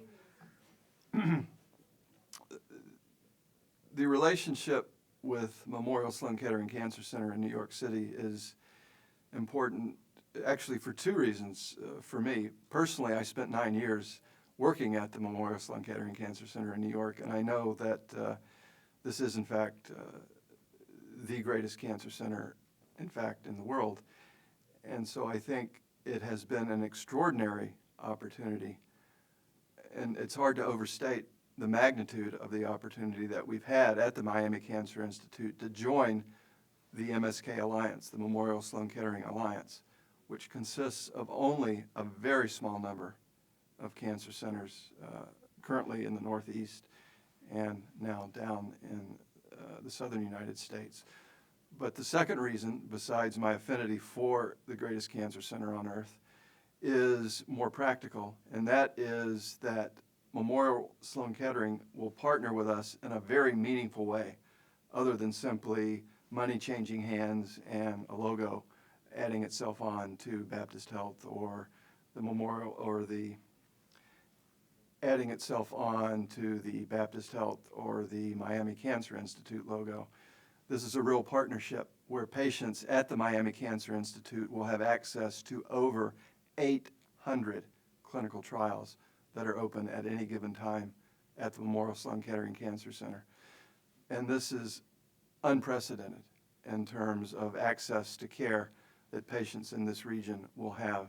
So think of it, 800 clinical trials that instead of traveling to New York, or Houston, or Cleveland, patients may remain at home in South Florida, in the Miami region, and receive the same standard of care that one would receive, especially with innovative therapies, clinical trials that one can find nowhere else with this relationship with Memorial Sloan Kettering. And for those reasons, I'm incredibly excited to be part of this initiative.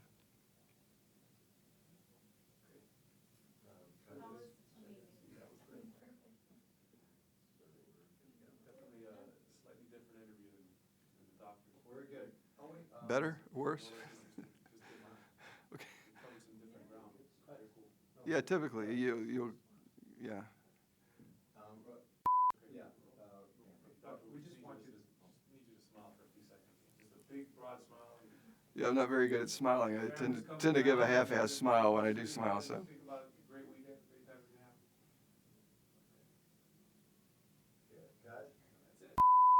Great. Thank you.